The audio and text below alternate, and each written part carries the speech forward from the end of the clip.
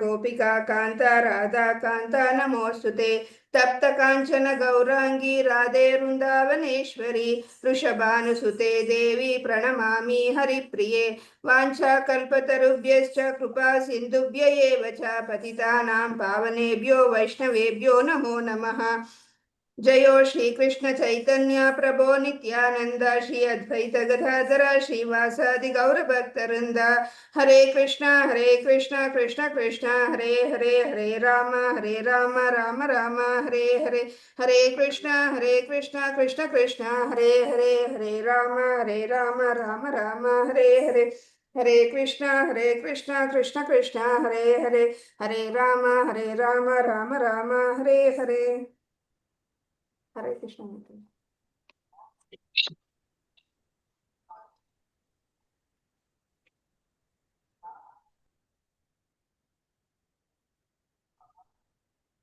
ಜಯ ಜಯ ಶ್ರೀ ಚೈತನ್ಯ ಹೇಳಿ ಮಾತಾಜಿ ಅದು ನನಗೆ ಗೊತ್ತಿಲ್ಲ ಮಾತಾಜಿ.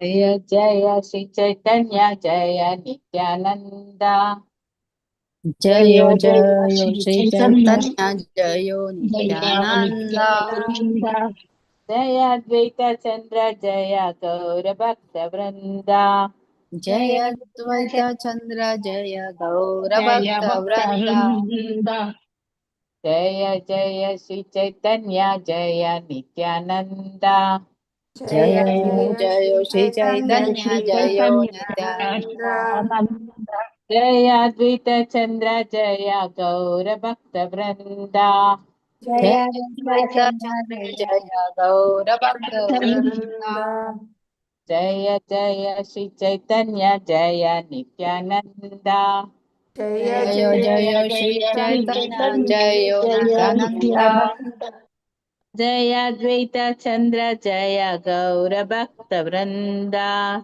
जय अद्वैत चंद्र जय गौर भक्त वृंद जय जय श्री चैतन्य जय नित्यानंद जय जय श्री चैतन्य जय नित्यानंद जय अद्वैत चंद्र जय गौर भक्त वृंद जय अद्वैत चंद्र गौर भक्त वृंद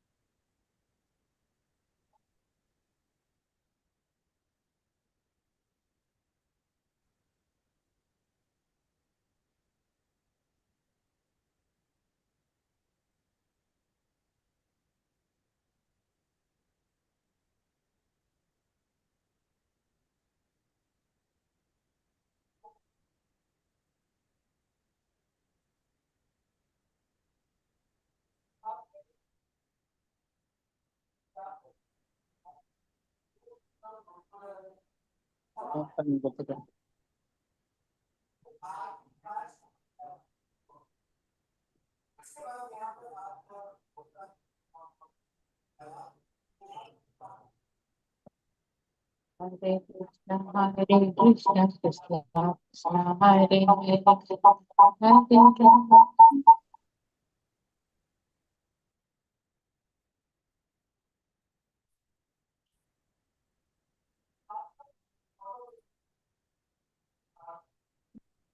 कृष्ण कृष्ण कृष्ण कृष्ण हरे हरे हरे राम राम राम हरे हरे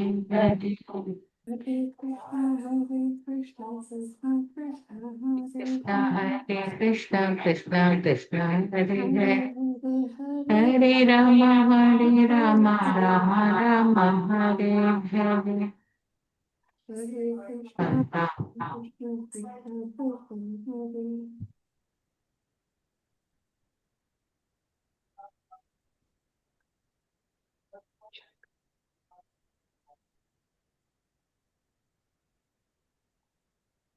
अंजायामि मेरा मेरा रूपा महासंकर्षण चित भक्ति चित शक्ति आशयाति हो ಕಾರಣೇನ ಕಾರಣ. ಲಲಿತ ಮಾತಾಜಿ ಇಲ್ಲ ಕಾಣ್ಬೇಕಲ್ಲ. ರಾಮ ಚೇರ್ ತರ್ಬೇಕಾರೆ ಎಲ್ಲ ಹಂಗ್ ಮಾಡಿರೋದು ಅವನು. ಹರೇ ಕೃಷ್ಣ. ಹರೇ ಕೃಷ್ಣ ಮಾತಾಜಿ. ಸಾಜಾಹಾರೇ ರಾಮೇರ ರೂಪ ಮಹಾಸಂಕರ್ಷಣ ಚಿಚ್ಚಕ್ತಿ ಆಶ್ರಯ ತಿಜ ಹೋ ಕಾರಣೇರ ಕಾರಣ. ಸರಿನಾ ಮಾತಾಜಿ? ಹರೇ ಕೃಷ್ಣ.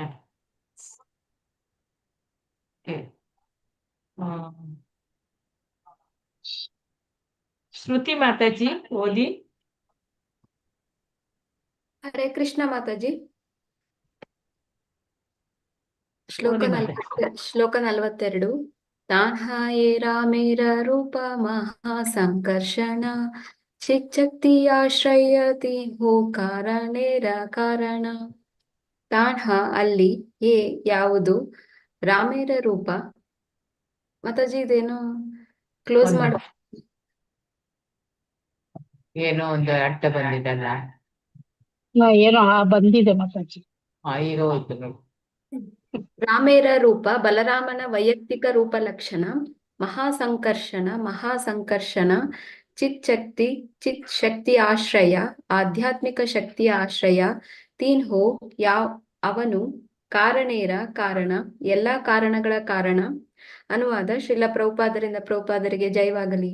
ಅಲ್ಲಿ ಪರವ್ಯೋಮದಲ್ಲಿ ಮಹಾಸಂಕರ್ಷಣ ಎಂದು ಕರೆಯಲಾಗುವ ಬಲರಾಮನ ವೈಯಕ್ತಿಕ ರೂಪವು ಆಧ್ಯಾತ್ಮಿಕ ಶಕ್ತಿಯ ಆಶ್ರಯವಾಗಿರುತ್ತದೆ.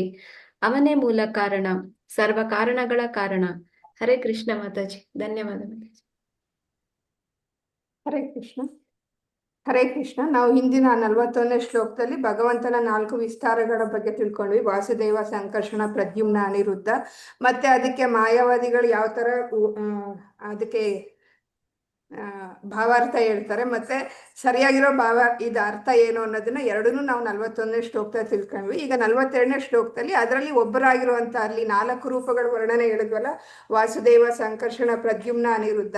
ಅದರಲ್ಲಿ ಈಗ ಸಂಕರ್ಷಣ ಬಗ್ಗೆ ವೈಯಕ್ತಿಕವಾಗಿ ಯಾವ ತರ ಇದ್ದಾರೆ ಅನ್ನೋದನ್ನ ಈ ಶ್ಲೋಕದಲ್ಲಿ ಅವರು ವರ್ಣನೆ ಮಾಡ್ತಾ ಇದ್ದಾರೆ. ಅಂದ್ರೆ ಓದಿ ಮಾತಾಜಿ ಶ್ಲೋಕ. ಇಲ್ಲಿ ಮುಖ್ಯವಾಗಿ ಸಂಕರ್ಷಣ ಸ್ವರೂಪ ಹೆಂಗಿದೆ ಅಂದ್ರೆ, ಅವನು ಬಲರಾಮನ ರೂಪ, ಅವನು ಆಧ್ಯಾತ್ಮಿಕ ಲೋಕದಲ್ಲಿ ಇರ್ತಾನೆ ಅಂತ ಹೇಳ್ತಾ ಇದ್ದಾರೆ. ಮತ್ತೆ ಅವನು ಚಿಚ್ಚಕ್ತಿ, ಎಲ್ಲಾ ಸ್ಪಿರಿಚುವಲ್ ಎನರ್ಜಿ ಅಂತ ಏನಿದಾರಲ್ಲ ಅದರ ಆಶ್ರಯ ಆಗಿರೋದು ಯಾರು? ಸಂಕರ್ಷಣ ಅಂತ ಹೇಳ್ತಾ ಇದ್ದಾರೆ. ಅವನೇ ಎಲ್ಲಾ ಆಧ್ಯಾತ್ಮಿಕ ಶಕ್ತಿಗಳಿಗೆ ಆಶ್ರಯ ಆಗಿರುವವನು. ಅವನ ಮೂಲಕನೇ ಈ ಎಲ್ಲಾ ಕೆಲಸಗಳು ಇಲ್ಲಿ ಭೌತಿಕದಲ್ಲಿ ಎಲ್ಲ ಕೆಲಸ ಅವರಿಂದ ನಡೀತಾ ಇದೆ ಅಂತ ಇಲ್ಲಿ ಹೇಳ್ತಾ ಇದ್ದಾರೆ. ಅವನೇ ಎಲ್ಲ ಕಾರಣಗಳಿಗೆ ಕಾರಣ, ಪ್ರಧಾನ ಕಾರಣ ಅವನೇ ಆಗಿರ್ತಾನೆ. ಅವನು ಇದರಲ್ಲಿ ಆಧ್ಯಾತ್ಮಿಕ ಲೋಕದಲ್ಲಿ ಇರ್ತಾನೆ. ಅವನು ಶುದ್ಧ ಚೈತನ್ಯ ಸ್ವರೂಪನಾಗಿರ್ತಾನೆ ಅಂತ ಇಲ್ಲಿ ಹೇಳ್ತಾ ಇದ್ದಾರೆ. ಈ ಜೀವಿಗಳಿಗೂ ಆ ಈ ಜೀವಿಗಳೆಲ್ಲರೂ ಆ ಮಹಾ ಸಂಕರ್ಷಣೆಯಿಂದನೇ ಬರ್ತಾ ಇರೋದು. ಅವನೇ ಎಲ್ಲ ಜೀವಿಗಳಿಗೂ ಆಶ್ರಯ ಆಗಿರೋನು ಅಂತ ಇಲ್ಲಿ ಈ ಮಹಾ ಸಂಕರ್ಷಣ ಬಗ್ಗೆ ಈ ಶ್ಲೋಕದಲ್ಲಿ ಹೇಳ್ತಾ ಇದ್ದಾರೆ ಮಾತಾಜಿ. ಹರೇ ಕೃಷ್ಣ ಮಾತಾಜಿ. ನೆಕ್ಸ್ಟ್ ಶ್ಲೋಕ. ಶ್ಲೋಕ 43.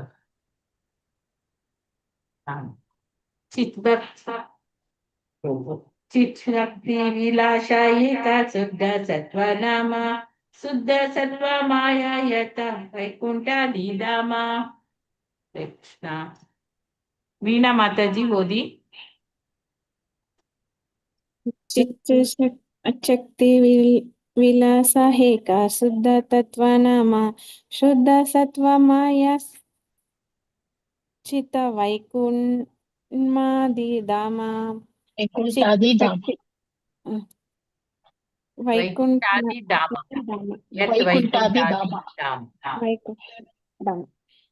ಚಿತ್ ಶಕ್ತಿ ವಿಲಾಸ ಆಧ್ಯಾತ್ಮಿಕ ಶಕ್ತಿಯಲ್ಲಿನ ಲೀಲೆಗಳು ಹೇಕ. 1. ಶುದ್ಧ ಸತ್ವನಾಮ ಶುದ್ಧ ಸತ್ವ ಎಂಬ ಹೆಸರಿನ ಐಹಿಕ ಕಲ್ಮಶದಿಂದ ಮುಕ್ತವಾದ ಪರಿಶುದ್ಧ ಅಸ್ತಿತ್ವ. ಶುದ್ಧ ಸತ್ವಮಯ ಪರಿಶುದ್ಧವಾದ ಆಧ್ಯಾತ್ಮಿಕ ಅಸ್ತಿತ್ವದ ಯಥಾ ಎಲ್ಲ. ವೈಕುಂಠ ಆದಿಧಾಮ ವೈಕುಂಠ ಎಂದು ಹೆಸರಾದ ಲೋಕಗಳು. ಅನುವಾದ: ಆಧ್ಯಾತ್ಮಿಕ ಶಕ್ತಿಯ ಲೀಲೆಗಳ ಒಂದು ಮಾದರಿಯನ್ನು ವಿಶುದ್ಧ ಸತ್ವ ಎಂದು ವರ್ಣಿಸಲಾಗಿದೆ.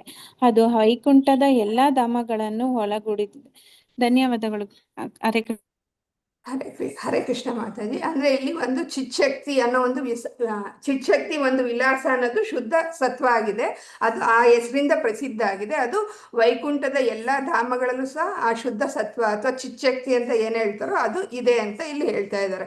ಅಂದ್ರೆ ಇಲ್ಲಿ ನಾವು ಸಂಕರ್ಷಣೆಯಿಂದ ಎಲ್ಲಿರ್ತಾನೆ ಅವನ ಧಾಮ ಹೆಂಗಿರುತ್ತೆ ಅದ್ರ ವರ್ಣನೆಯನ್ನ ಇಲ್ಲಿ ಕೊಡ್ತಾ ಇದ್ದಾರೆ. ಇಲ್ಲಿ ಚಿತ್ಶಕ್ತಿ ವಿಲಾಸ ಅಂದ್ರೆ ಸ್ಪಿರಿಚುವಲ್ ಎನರ್ಜಿ ಇನ್ ಪಾಸ್ಟ್ ಟೈಮ್ ಅಂತ. ಅದ್ರ ಒಂದು ವಿಶೇಷತೆ ಏನಪ್ಪಾ ಅಂದ್ರೆ ಚಿತ್ಶಕ್ತಿದು ಅದು ಯಾವಾಗ್ಲೂ ಶುದ್ಧ ಸತ್ವ ಆಗಿರುತ್ತೆ. ಅದರಲ್ಲಿ ಯಾವುದೇ ಮಿಶ್ರಣ ಇರೋದಿಲ್ಲ, ಶುದ್ಧವಾಗಿರುತ್ತೆ. ಇದು ಸಂಪೂರ್ಣವಾದ ಆಧ್ಯಾತ್ಮಿಕ ಸ್ಥಿತಿ ಅಂತ ಇಲ್ಲಿ ಹೇಳ್ತಾ ಇದ್ದಾರೆ. ಅಂದ್ರೆ ಇಲ್ಲಿ ಶುದ್ಧವಾಗಿರುತ್ತೆ ಅಂದ್ರೆ ಅಲ್ಲಿ ಮಾಯೆ ಯಾವುದೇ ಗುಣಗಳಿರಲ್ಲ, ಅದು ಸಂಪೂರ್ಣವಾಗಿರುವಂತ ಶುದ್ಧ ಚೈತನ್ಯ. ಅಂದ್ರೆ ಭೌತಿಕದಲ್ಲೂ ನಾವು ಸತ್ವಗುಣ ಇದೆ ಅಂತ ಓದ್ತೀವಿ, ಆದ್ರೆ ಅದು ಮೆಟೀರಿಯಲ್ ಇದರಿಂದ ಮಿಶ್ರಣ ಆಗಿರುತ್ತೆ. ಆದ್ರೆ ಆಧ್ಯಾತ್ಮಿಕ ಲೋಕದಲ್ಲಿರೋದು ಶುದ್ಧವಾಗಿರುತ್ತೆ. ಈ ಮಾಯೆಯ ಯಾವುದೇ ಪ್ರಭಾವ ಅದ್ರ ಮೇಲೆ ಇರಲ್ಲ. ಅಂತ ಸ್ವಭಾವ ಆ ಚಿತ್ಶಕ್ತಿ ಅನ್ನೋದು ಎಲ್ಲಾ ವೈಕುಂಠ ಧಾಮದ ಒಂದು ಸ್ವಭಾವ ಆಗಿರುತ್ತೆ ಅಂತ ಇಲ್ಲಿ ಹೇಳ್ತಾ ಇದ್ದಾರೆ. ಅಂದ್ರೆ ವೈಕುಂಠ ಲೋಕ ಯಾವ ತರ ಇದೆ ಅನ್ನೋ ವರ್ಣನೆಯನ್ನ ಈ ಶ್ಲೋಕದಲ್ಲಿ ಹೇಳ್ತಾ ಇದ್ದಾರೆ. ಅಂದ್ರೆ ಆ ವೈಕುಂಠ ಲೋಕದಲ್ಲಿ ಅಜ್ಞಾನ, ದುಃಖ ಅಥವಾ ಯಾವುದೇ ಬದಲಾವಣೆ ಅನ್ನೋದು ಇರಲ್ಲ. ಅಲ್ಲಿ ಯಾವಾಗ್ಲೂ ಶಾಶ್ವತ ಆನಂದ ಮತ್ತೆ ಜ್ಞಾನ ಮಾತ್ರ ಇರುತ್ತೆ. ಇದು ಭೌತಿಕ ಮತ್ತು ಆಧ್ಯಾತ್ಮಿಕ ಲೋಕಗಳ ನಡುವಿರೋ ವ್ಯತ್ಯಾಸ. ಈ ವ್ಯತ್ಯಾಸವನ್ನ ಈ ಶ್ಲೋಕದಲ್ಲಿ ಹೇಳ್ತಾ ಇದ್ದಾರೆ. ಅಂದ್ರೆ ವೈಕುಂಠದಲ್ಲಿ ನಡೆಯೋ ಎಲ್ಲಾ ಕ್ರಿಯೆಗಳು ಸಹ ಈ ಚಿತ್ಶಕ್ತಿ ಅಂದ್ರೆ ಶುದ್ಧ ಸತ್ವ ಶಕ್ತಿಯಿಂದ ನಡೀತಾ ಇರುತ್ತೆ. ಇದು ಭಗವಂತನ ಲೀಲೆಗಳು ಈ ಶುದ್ಧ ಸತ್ವದಲ್ಲಿ ನಡೆಯುತ್ತೆ ಅಂತ ಈ ಶ್ಲೋಕದಲ್ಲಿ ಹೇಳ್ತಾ ಇದ್ದಾರೆ. ಹರೇ ಕೃಷ್ಣ ಮಾತಾಜಿ. ಹರೇ ಕೃಷ್ಣ. ಉಮಾ ಕುಲಕರ್ಣಿ ಮಾತಾಜಿ, ಶ್ಲೋಕ 44. ಎಸ್ ಮಾತಾಜಿ, ಹೇಳ್ಬೇಕಾ? ಹೇಳಿ. ಷಡ್ವಿಧೈಶ್ವರ್ಯ ತಾನಃ ಸಕಲ ಚಿನ್ಮಯ ಸಂಕರ್ಷಣೇರ ವಿಭೂತಿ ಸಬ್ ಜಾನಿಹ ನಿಶ್ಚಯ. ಷಡ್ವಿಧೈಶ್ವರ್ಯ ತಾನಃ ಸಕಲ ಚಿನ್ಮಯ ಸಂಕರ್ಷಣೇರ ವಿಭೂತಿ ಸಬ್ ಜಾನಿಹ ನಿಶ್ಚಯ. ಪದಗಳ ಅರ್ಥ ಸಹ ಓದಿ ಮತ್ತೆ. ಕಾಣುದಿಲ್ಲ ಮತ್ತೆ.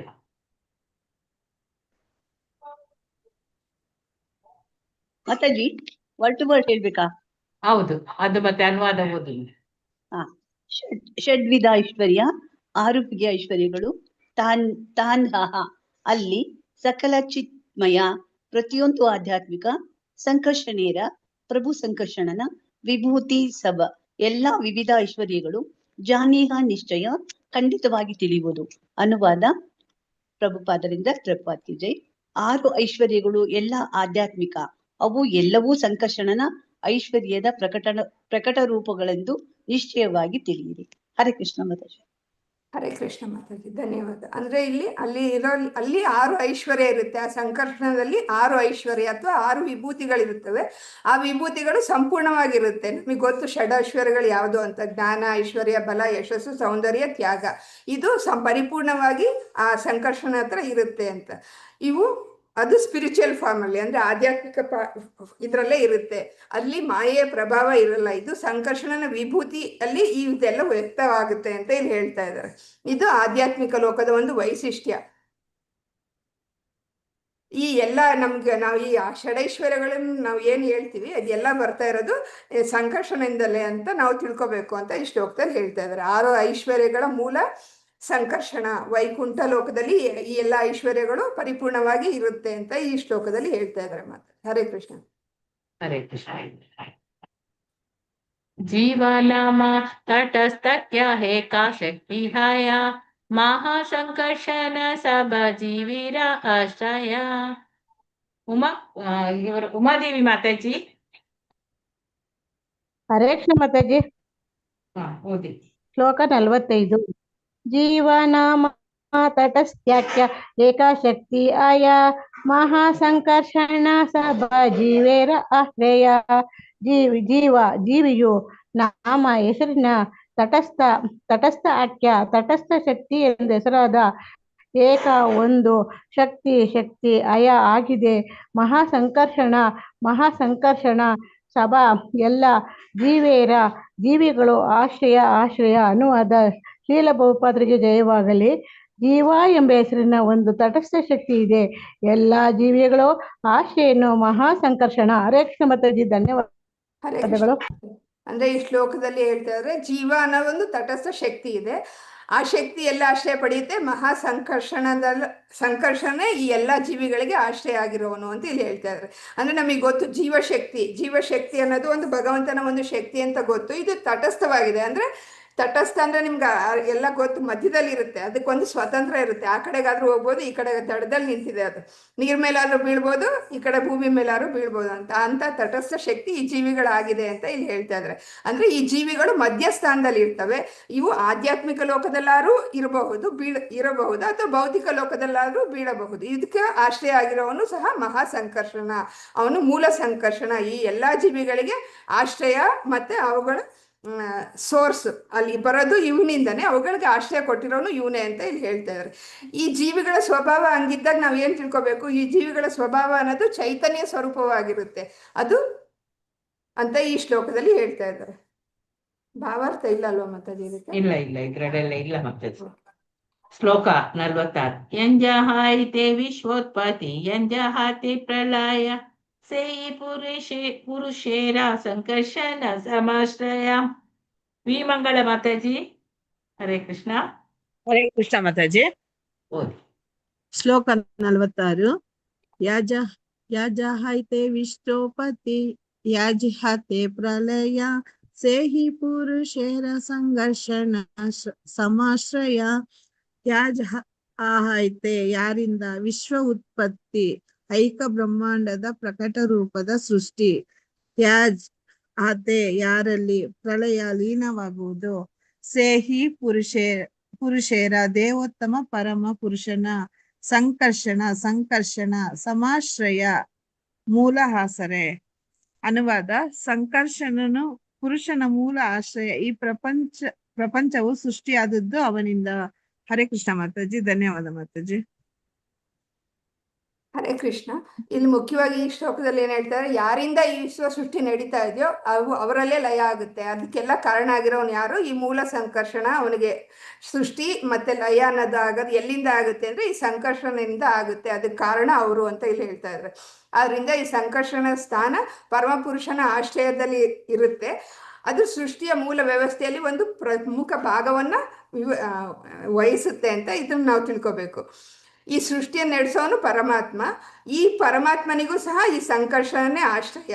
ಇಲ್ಲಿ ವಿಶ್ವದ ಆರಂಭ ಮತ್ತೆ ಅಂತ್ಯ ಎರಡೂ ಈ ಸಂಕರ್ಷಣದೊಂದಿಗೆ ಸಂಬಂಧದಲ್ಲೇ ನಡೆಯುತ್ತೆ ಅಂತ ಈ ಶ್ಲೋಕದಲ್ಲಿ ಹೇಳ್ತಾ ಇದ್ದಾರೆ. ಆದ್ರಿಂದ ಈ ಸಂಕರ್ಷಣ ಅನ್ನೋನು ಎಲ್ಲಿರ್ತಾನೆ ಅಂದ್ರೆ ಭೌತಿಕ ಪ್ರಕೃತಿಯ ಮೇಲಿರ್ತಾನೆ. ಅವನು ಸೃಷ್ಟಿಯ ಚಕ್ರಗಳ ಮೂಲ ಆಶ್ರಯ ಆಗಿರ್ತಾನೆ ಮತ್ತೆ ಆಶ್ರಯ ಆಗಿದ್ದಾನೆ ಅಂತ ಈ ಶ್ಲೋಕದಲ್ಲಿ ಹೇಳ್ತಾ ಇದ್ದಾರೆ. ವಿಶ್ವದ ಸೃಷ್ಟಿ ಮತ್ತು ಲಯ ಈ ಸಂಕರ್ಷಣದಲ್ಲಿ ನಡೆಯುತ್ತೆ. ಅವನು ಪರಮಪುರುಷನಿಗೂ ಸಹ ಆಶ್ರಯ ಕೊಟ್ಟಿರ್ತಾನೆ ಅಂತ ಈ ಶ್ಲೋಕದಲ್ಲಿ ಹೇಳ್ತಾ ಇದ್ದಾರೆ. ಹರೇ ಕೃಷ್ಣ ಮಾತಾಜಿ. ಶ್ಲೋಕ 47. ಸರ್ವಾಶ್ರಯ ಸರ್ವಾದ್ಭುತ ಐಶ್ವರ್ಯ ಅಪಾರ ಅನಂತ ಕಹಿತೆ ನಾರೆ ಮಹಿಮಯ ಹಾರ. ಶಿವಶಂಕರ್ ಪ್ರಭುಜಿ. ಹರೇ ಕೃಷ್ಣ ಮಾತಾಜಿ. ಸರ್ವಾಶ್ರಯ ಸರ್ವಾದ್ಭುತ ಐಶ್ವರ್ಯ ಅಪಾರ ಅನಂತ ಕಹಿತೆ ನಾರೆ ಮಹಿಮಾಯ ಹ್ಯಾಸಾರ. ಸರ್ವ ಆಶ್ರಯ ಎಲ್ಲದಕ್ಕೂ ಆಶ್ರಯ, ಸರ್ವ ಅದ್ಭುತ ಪ್ರತಿಯೊಂದು ದೃಷ್ಟಿಯಿಂದಲೂ ಅದ್ಭುತ, ಐಶ್ವರ್ಯ ಸಂಪತ್ತು ಅಪಾರ ಅಳೆಯಲಾಗದ ಅನಂತ ಶೇಷ, ಕಹಿತೆ ನಾರೆ ಹೇಳಲಾಗುವುದಿಲ್ಲ, ಮಹಿಮಾ ಹ್ಯಾಸಾರ ಯಾರ ಮಹಿಮೆಗಳು. ಅನುವಾದ: ಶ್ರೀಪ್ರಭುಪಾದರಿಗೆ ಜಯವಾಗಲಿ. ಅವನು ಸಂಕರ್ಷಣ, ಪ್ರತಿಯೊಂದಕ್ಕೂ ಆಶ್ರಯ, ಅವನು ಎಲ್ಲಾ ದೃಷ್ಟಿಕೋನದಿಂದಲೂ ಅದ್ಭುತ, ಅವನ ಐಶ್ವರ್ಯ ಅಪಾರ, ಅನಂತನು, ಅವನ ಮಹಿಮೆಯನ್ನು ವರ್ಣಿಸಲಾರ. ಹರೇ ಕೃಷ್ಣ. ಇಲ್ಲಿ ಸಂಕರ್ಷಣ ಗುಣವನ್ನು ವರ್ಣನೆ ಮಾಡ್ತಾರೆ. ಈ ಸಂಕರ್ಷಣ ಸರ್ವದಕ್ಕೂ ಆಶ್ರಯ ಆಗಿರೋನು. ಅವನು ಎಲ್ಲಾ ರೀತಿಯಲ್ಲೂ ಅದ್ಭುತ ಆಗಿದ್ದಾನೆ. ಅವನ ಐಶ್ವರ್ಯ ಅನ್ನೋದು ಅಪಾರವಾಗಿರುತ್ತೆ. ಅವನ ಮಹಿಮೆಯನ್ನ ನಾವು ಬಾಯಿಂದ ವರ್ಣನೆ ಮಾಡೋದಕ್ಕೆ ಸಾಧ್ಯ ಆಗೋದಿಲ್ಲ. ಈ ಸಂಕರ್ಷಣ, ಈ ಜಗತ್ತು ಈ ಸಂಕರ್ಷಣನ ಮೇಲೆ ಅವಲಂಬಿತ ಆಗಿದೆ. ಅವನು ಸರ್ವ ಅದ್ಭುತವಾಗಿದ್ದಾನೆ. ಅವನ ಲೀಲಾ ಮತ್ತೆ ಶಕ್ತಿ ಮಾನವನ ಬುದ್ಧಿಗೆ ನಿಲುಕದಂತೆ ಅತೀತವಾಗಿರುವಂಥದ್ದು. ಈ ಸಂಕರ್ಷಣ ಐಶ್ವರ್ಯಗಳು ಅಪಾರ ಎಣಿಸೋದಿಕ್ ಆಗೋದಿಲ್ಲ, ಅದಕ್ಕೆ ಮಿತಿನೇ ಇಲ್ಲ. ಮತ್ತೆ ಅವನನ್ನು ವರ್ಣನೆ ಮಾಡೋದಕ್ಕೂ ಸಹ ಸಾಧ್ಯ ಇಲ್ಲ. ಅಂದ್ರೆ ಅನಂತ ದೇವ ಅಂದ್ರೆ ಶೇಷನಾಗ ಅವನ ಗುಣಗಳನ್ನ ವರ್ಣನೆ ಮಾಡ್ತಾನಂತೆ 1000 ಬಾಯಿಯಿಂದ, ಆದ್ರೂ ಸಹ ಇನ್ನು ಮುಗಿತಾ ಇಲ್ವಂತೆ ಅವನ ವರ್ಣನೆ. ಅಷ್ಟು ವರ್ಣಾತೀತನಾಗಿ ಅವನಿದ್ದಾನೆ ಸಂಕರ್ಷಣ. ಅವನ ಮಹಿಮೆ ಮತ್ತೆ ಶಕ್ತಿ ಅಷ್ಟು ವೈಭವಯುತವಾಗಿದೆ ಅಂತ ಈ ಶ್ಲೋಕದಲ್ಲಿ ಹೇಳ್ತಾ ಇದ್ದಾರೆ. ಹರೇ ಕೃಷ್ಣ ಮಾತಾಜಿ. ಹರೇ ತುರಿಯ ವಿಶುದ್ಧ ಸತ್ವ ಸಂಕರ್ಷಣ ನಾಮ ರಾಮ್ ಸಪೆ ಈ ನಿತ್ಯಾನಂದ ರಾಮ. ಶಕುಂತಳ ಮಾತಾಜಿ. ಹರೇ ಕೃಷ್ಣ. 48 ಹೌದೌದು 48. ತುರಿಯ ವಿಶುದ್ಧ ಸತ್ವ ಸಂಕರ್ಷಣ ನಾಮ ತೀನೋ ಯಾಂದ್ರ ಅಂಶ ಸೇಯಿ ನಿತ್ಯಾನಂದ ರಾಮ. ತುರಿಯ ವಿಶುದ್ಧ ಸತ್ವ, ಪರಿಶುದ್ಧ ಅಸ್ತಿತ್ವ, ಸಂಕರ್ಷಣ ನಾಮ, ಸಂಕರ್ಷಣ ಎಂಬ ಹೆಸರಿನ, ತೀನೋ ಯಾನ ಅಂಶ, ಸಂಕರ್ಷಣನ ಯಾರ ಅಂಶಿಕ ವಿಸ್ತರಣೆಯೋ, ಸೇಯಿ ನಿತ್ಯಾನಂದ ರಾಮ, ಆ ವ್ಯಕ್ತಿಯು ಬಲರಾಮ ಅಥವಾ ನಿತ್ಯಾನಂದ ಎಂದು ಹೆಸರಾಗಿದ್ದಾನೆ ಅನ್ನುವಾಗ ದಿವ್ಯ ಪರಿಶುದ್ಧ ಸತ್ವನಾದ ಆ ಸಂಕರ್ಷಣನು ನಿತ್ಯಾನಂದ ಬಲರಾಮನ ಆಂಶಿಕ ವಿಸ್ತರಣೆ. ಹರೇ ಕೃಷ್ಣ. ಇಲ್ಲಿ ಯಾರನ್ನ ನಾವು ಸಂಕರ್ಷಣ, ಹರೇ ಕೃಷ್ಣ, ಇಲ್ಲಿ ಯಾರನ್ನ ನಾವು ಸಂಕರ್ಷಣ ಅಂತ ಕರಿತೀವೋ ಅವನು ತುರಿಯ ಸ್ಥಿತಿಯಲ್ಲಿರುವ ವಿಶುದ್ಧ ಸತ್ವರೂಪವಾಗಿದ್ದಾನೆ. ಆ ಸಂಕರ್ಷಣ ಯಾರ ಅಂಶ ಅಂದ್ರೆ ನಿತ್ಯಾನಂದ ಬಲರಾಮನ ಅಂಶ ಅಂತ ಇಲ್ಲಿ ಹೇಳ್ತಾ ಇದ್ದಾರೆ. ಇಲ್ಲಿ ಸಂಕರ್ಷಣ ಸ್ವಭಾವ, ಸಂಕರ್ಷಣನು ತುರಿಯ ಸ್ಥಿತಿ, ಚತುರ್ಥ ಸ್ಥಿತಿ ಅಂದ್ರೆ ಭೌತಿಕ ಜಗತ್ತಿಗಿಂತ ಮೇಲಿನ ಅಂಥದ್ದು ವಿಶುದ್ಧ ಸತ್ವದಲ್ಲಿ ಇದ್ದಾನೆ ಅವನು. ಅವನ ತುರಿಯ ಸ್ಥಿತಿ ಅಂದ್ರೆ ನಮ್ಗೆ 3 ತರ ಇದೆಯಲ್ಲ ನಮ್ದ್ರಲ್ಲಿ, ಜಾಗ್ರತ, ಸ್ವಪ್ನ, ಸುಷುಪ್ತಿ. ಅವುಗಳಿಗಿಂತ ಮೇಲಿನ ಸ್ಥಿತಿ ಇರೋದು ತುರಿಯ ಸ್ಥಿತಿ. ಆ ಸ್ಥಿತಿಯಲ್ಲಿ ಸಂಪೂರ್ಣ ಆಧ್ಯಾತ್ಮಿಕವಾಗಿದ್ದಾನೆ ಅಂತ ಇಲ್ಲಿ ಹೇಳ್ತಾ ಇದ್ದಾರೆ. ವಿಶುದ್ಧ ತತ್ವ ಸಂಕರ್ಷಣನು ಈ ಮಾಯೆ ಗುಣಗಳಿಂದ ಪೂರ್ಣವಾಗಿ ಮುಕ್ತನಾಗಿರೋದ್ರಿಂದ ವಿಶುದ್ಧ ಸತ್ವದಲ್ಲಿದ್ದಾನೆ. ಅವನು ಶುದ್ಧ ಚೈತನ್ಯ ಸ್ವರೂಪ. ಅವನ ಸಂಬಂಧ ಯಾರ ಜೊತೆಗಿದೆ? ನಿತ್ಯಾನಂದ ರಾಮನೊಂದಿಗೆ ಅವನ ಸಂಬಂಧ ಅಂದ್ರೆ ಅವನೇ ನಿತ್ಯಾನಂದನ ಒಂದು ಅಂಶವಾಗಿ ಬಂದಿರೋದು ಈ ಸಂಕರ್ಷಣನ ಅಂತ ಇಲ್ಲಿ ಹೇಳ್ತಾ ಇದ್ದಾರೆ. ನಿತ್ಯಾನಂದ ಮೂಲ, ಸಂಕರ್ಷಣ ಅವನ ವಿಸ್ತರಣೆ ಅಂತ ಈ ಶ್ಲೋಕದಲ್ಲಿ ಹೇಳ್ತಾ ಇದ್ದಾರೆ. ಆ ಸಂಕರ್ಷಣ ಇಲ್ಲಿ ಗುಣ ಏನು? ತುರಿಯ ವಿಶುದ್ಧ ಸತ್ವ ಆಗಿರ್ತಾನೆ. ಅವನ ಸಂಕರ್ಷಣ ನಿತ್ಯಾನಂದ ಬಲರಾಮನ ಒಂದು ಅಂಶ. ಅವನ ಮೂಲ ತತ್ವ ನಿತ್ಯಾನಂದ ರಾಮ ಅಂತ ಇಲ್ಲಿ ಹೇಳ್ತಾ ಇದ್ದಾರೆ. ಹರೇ ಕೃಷ್ಣ ಮಾತಾಜಿ. 49. ಅಷ್ಟಮ ಶ್ಲೋಕೇರ ಕೈಲಾಸ ಸಂಕ್ಷಿಪ್ತೆ ನವಮ ಶ್ಲೋಕೇರ ಅರ್ಥ ಸುನದಿಯ ಮನ. ರೋಹಿಣಿ ಎಸ್ ಭಟ್ ಮಾತಾಜಿ. ಮಾತಾಜಿ ನಾವು ಓದ್ಲಿಕ್ಕೆ ಆಗುದಿಲ್ಲ ಮಾತಾಜಿ, ಯಾರಿಗಾದ್ರೂ ಕೊಡಿ. ರತ್ನ ಬಸವರಾಜ್ ಮಾತಾಜಿ. ಓದ್ಲಾ ಮಾತಾಜಿ? ಓದ್. ಅಷ್ಟಮ ಶ್ಲೋಕೇದ ಕೈಲ ಸಂಕ್ಷೇಪ ವಿವರಣ, ನವಮ ಶ್ಲೋಕೇದ ಅರ್ಥ ಶುನದಿಯ ಮನ. ಅಷ್ಟಮ 8ನೆಯ ಶ್ಲೋಕದ ಕೈಲ ನಾನು ಮಾಡಿದ್ದೇನೆ, ಸಂಕ್ಷೇಪವಾಗಿ ವಿವರಣೆ. ನವಮ 9ನೆಯ ಶ್ಲೋಕದ ಅರ್ಥ ಶೂನ ದಯವಿಟ್ಟು ಕೇಳಿ, ದಿಯ ಮನಸ್ಸು ಕೊಟ್ಟು ಅನುವಾದ. ನಾನು 8ನೆಯ ಶ್ಲೋಕವನ್ನು ಸಂಕ್ಷೇಪವಾಗಿ ವಿವರಿಸಿದ್ದೇನೆ, ಈಗ 9ನೆಯ ಶ್ಲೋಕವನ್ನು ವಿವರಿಸುತ್ತೇನೆ, ದಯವಿಟ್ಟು ಮನಸ್ಸು ಕೊಟ್ಟು ಕೇಳು. ಹರೇ ಕೃಷ್ಣ ಮಾತಾಜಿ. ಹರೇ ಕೃಷ್ಣ ಮಾತಾಜಿ. ಅಂದ್ರೆ ಇಲ್ಲಿ 8 ಶ್ಲೋಕದಲ್ಲೂ ಸಹ 8ನೇ ಶ್ಲೋಕದಲ್ಲಿ ಸಂಕ್ಷಿಪ್ತವಾಗಿ ವಿವರಣೆ ಕೊಟ್ಟಿದ್ದಾರೆ. ಈಗ ಅದನ್ನೇ ದೀರ್ಘವಾಗಿ ವಿವರಣೆ 9ನೇ ಶ್ಲೋಕದಿಂದ ಪ್ರಾರಂಭ ಮಾಡ್ತಾ ಇದೀವಿ. ಇದು ಗಂಭೀರವಾಗಿರೋ ವಿಷಯ, ಇದನ್ನ ಸರಿಯಾಗಿ ಕೇಳಿ ಅಂತ ಈ ಶ್ಲೋಕದಲ್ಲಿ ಹೇಳ್ತಾ ಇದ್ದಾರೆ.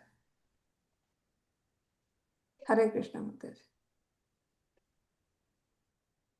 ಲಲಿತಾ ಮಾತಾಜಿ ಶ್ಲೋಕ ಓದಿ. ಭಾವಾರ್ಥ ಅರ್ಥ. ಹರೇ ಕೃಷ್ಣ. ಇಲ್ಲವಾ? ಹರೇ ಕೃಷ್ಣ ಮಾತಾಜಿ. ಹರೇ ಕೃಷ್ಣ. ಮಾಯ ಭರ್ತ ಚಾಂಡ ಸಂಚಾಶ್ರಯಾಂಗ ಶೇತೆ ಸಾಕ್ಷಾತ್ಕಾರೋನ್ಕಾರಣಾಂಬೋಧಿ ಮಧ್ಯೆ ಯಸ್ಯೈಕಾಂಶ ಶ್ರೀ ಪುಮಾನ್ ಆದಿ ದೇವಸ್ ತಂ ಶ್ರೀ ನಿತ್ಯಾನಂದ ರಾಮ ಪ್ರಪದ್ಯೆ. ಬೇರೆ ಇದ್ರಲ್ಲಿ ಹೇಳ್ಬೇಕು ಮಾತಾಜಿ. ಇದು ಟ್ಯೂನ್ ಬೇರೆ ಇರ್ಬೇಕಲ್ಲ ಮಾತಾಜಿ. ಇದಕ್ ಬರಲ್ಲ ಮಾಯಾ ಭಕ್ತ ಚಾಂಡ ಸಂಗಾಶ್ರಯಾಂಗ ಹಂಗೆಲ್ಲ. ಹೇಳಿ ಮಾತಾಜಿ. ಮಾಯಾ ಭರ್ತ ಜಾಂಡ ಸಂಗಾಶ್ರಯಾಂಗ ಶೇತೆ ಸಾಕ್ಷಾತ್ ಕಾರಣಾಂಬೋಧಿ ಮಧ್ಯೆ ಯಸ್ಯೈಕಾಂಶ ಶ್ರೀ ಪುಮಾನ್ ಆದಿ ದೇವ ತಂ ಶ್ರೀ ನಿತ್ಯಾನಂದ ರಾಮಂ ಪ್ರಪದ್ಯೆ. ಮಾಯಾ ಚೆನ್ನಾಗಿದೆ ಮಾತಾಜಿ. ಮಾತಾಜಿ ಈ ತರ ಹೇಳಿದ್ರೆ ಚೆನ್ನಾಗಿದೆ. ಹೌದು. ಅದು ಒಂದೊಂದಕ್ಕೆ ಒಂದೊಂದು ಟ್ಯೂನ್ ಬರ್ತದೆ, ಹಾಗೆ ಅದು ಕಷ್ಟ.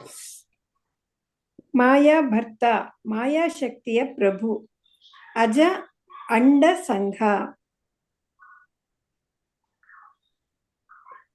ಅಜ ಅಂಡ ಸಂಚ, ಬ್ರಹ್ಮಾಂಡ ಸಮೂಹದ ಆಶ್ರಯ ಆಸರೆ. ಅಂಗಹ ಯಾರ ದೇಹವು, ಶೇತೆ ಅವರು ಮಲಗುತ್ತಾನೆ, ಸಾಕ್ಷಾತ್ ನೇರವಾಗಿ. ಕಾರಣ ಅಂಬೋದಿ ಮಧ್ಯೆ, ಕಾರಣ ಸಮುದ್ರದ ಮಧ್ಯದಲ್ಲಿ.